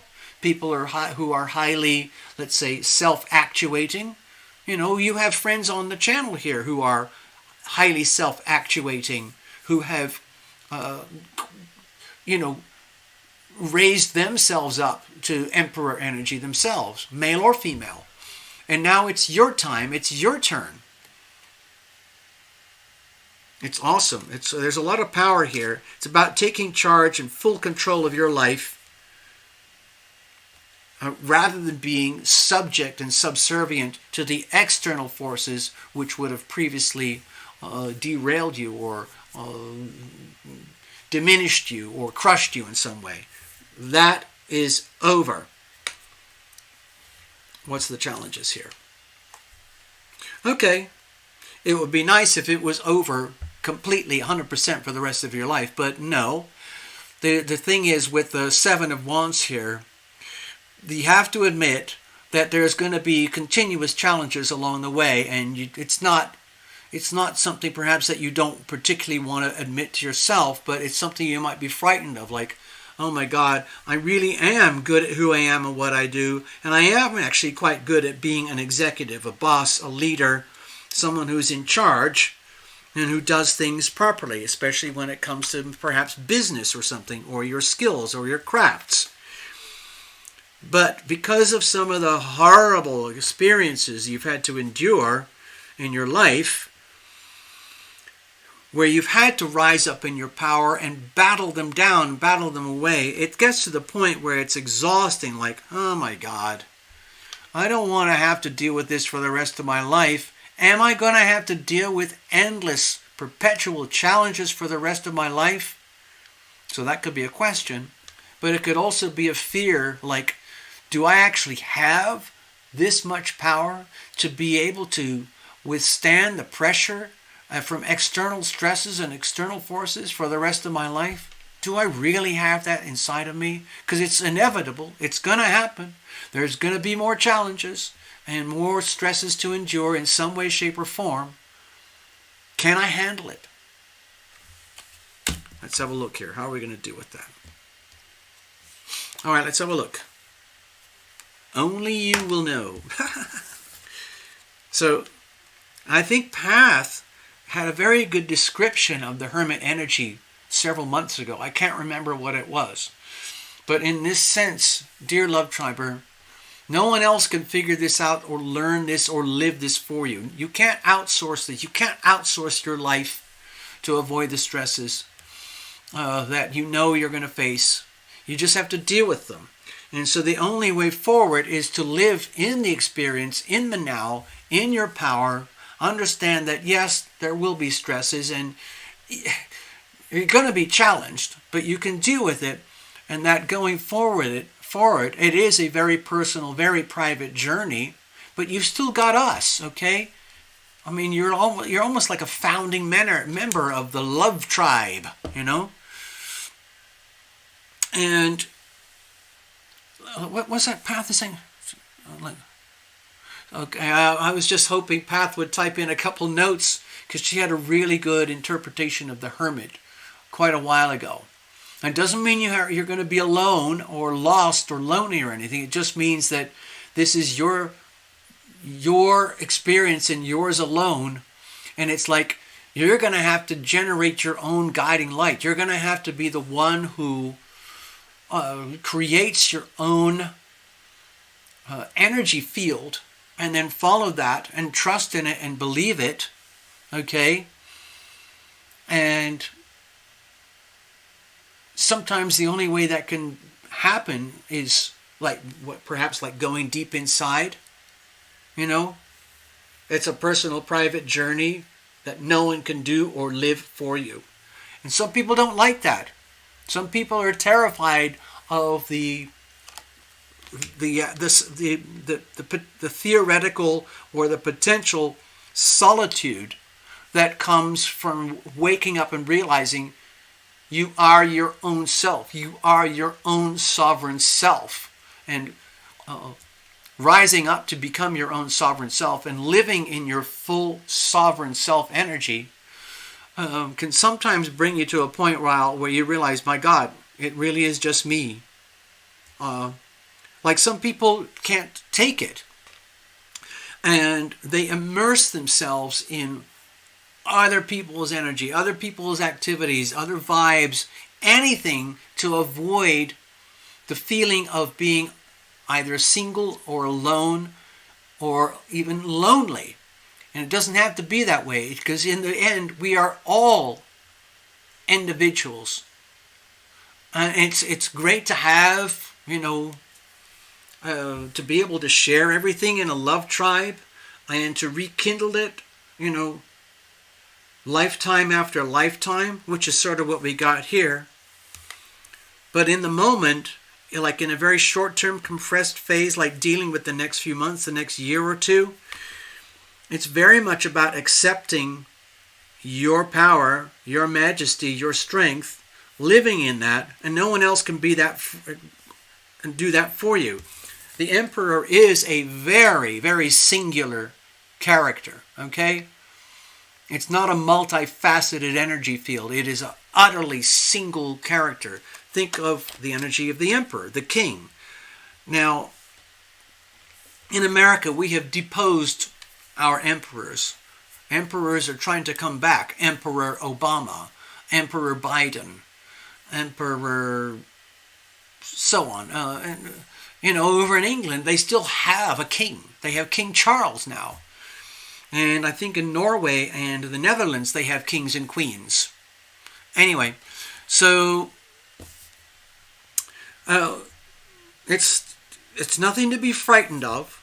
And this is nothing to be frightened of. You don't have to be frightened of yourself and your own power. You don't have to subjugate it or dissolve it or set it aside because you're embarrassed about your own power or your own strength. No, live in it. Understand and accept that the challenges will keep coming, but you're strong enough and you can and you will handle it, but it's your journey and yours alone. You can ask for advice, you can get feedback, you can say, hey, listen, do you want to hang out? All right, that's it, Love Triber. I hope that helped you. It's a pleasure doing a reading for you. Oops. I'm going to shuffle these up a little bit just to clear. A quick clearing here.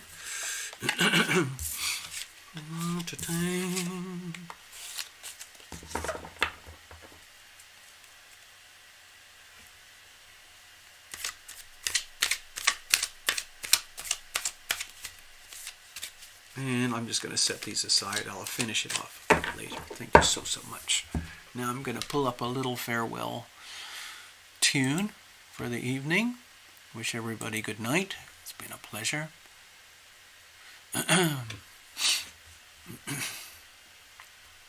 I'm going to play the Blue Light because it's very much about seeing angelic auras. And I haven't been seeing a lot of auras recently, but I'm getting huge amounts of clairvoyance. Might be something to do with this huge new Pisces vibe. Let's have a look. I'm going to play us out with the Blue Light song, okay? And then we can all go on our merry way. It's a slow waltz. So take it gently, folks. Take it easy. 1, 2, 3, 1, 2, 3, 1, 2, 3, 1, 2, 3. 1, 2, 1, 2, 3, 1, 2, 1, 2, 1, 2.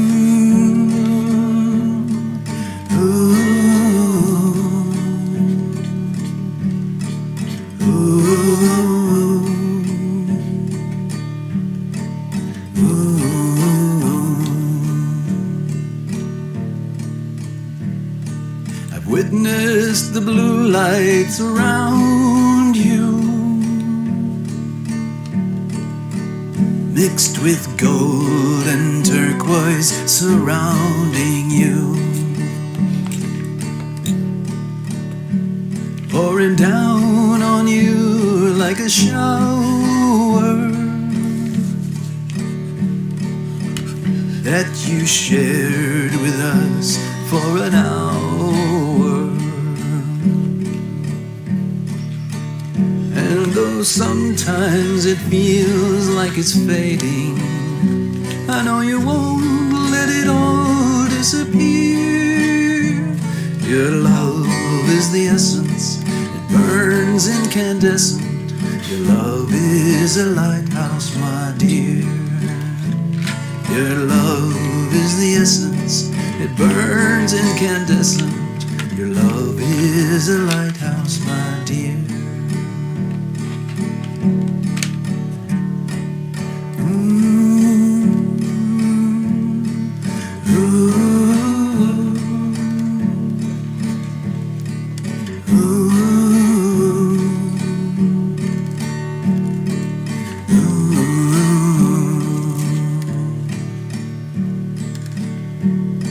We need the light shining eternal, most especially when things get infernal. When things get all battered and shattered, lost in darkness, that's when it matters. And though sometimes it feels like it's fading, I know you won't let it all disappear. Your love is the essence, it burns incandescent. Your love is a lighthouse, my dear. Your love is the essence, it burns incandescent. Your love is a lighthouse, my dear. Your love is the essence, it burns incandescent. Your love is a lighthouse, my dear. Your love is the essence, it burns incandescent. Your love is a lighthouse, my dear.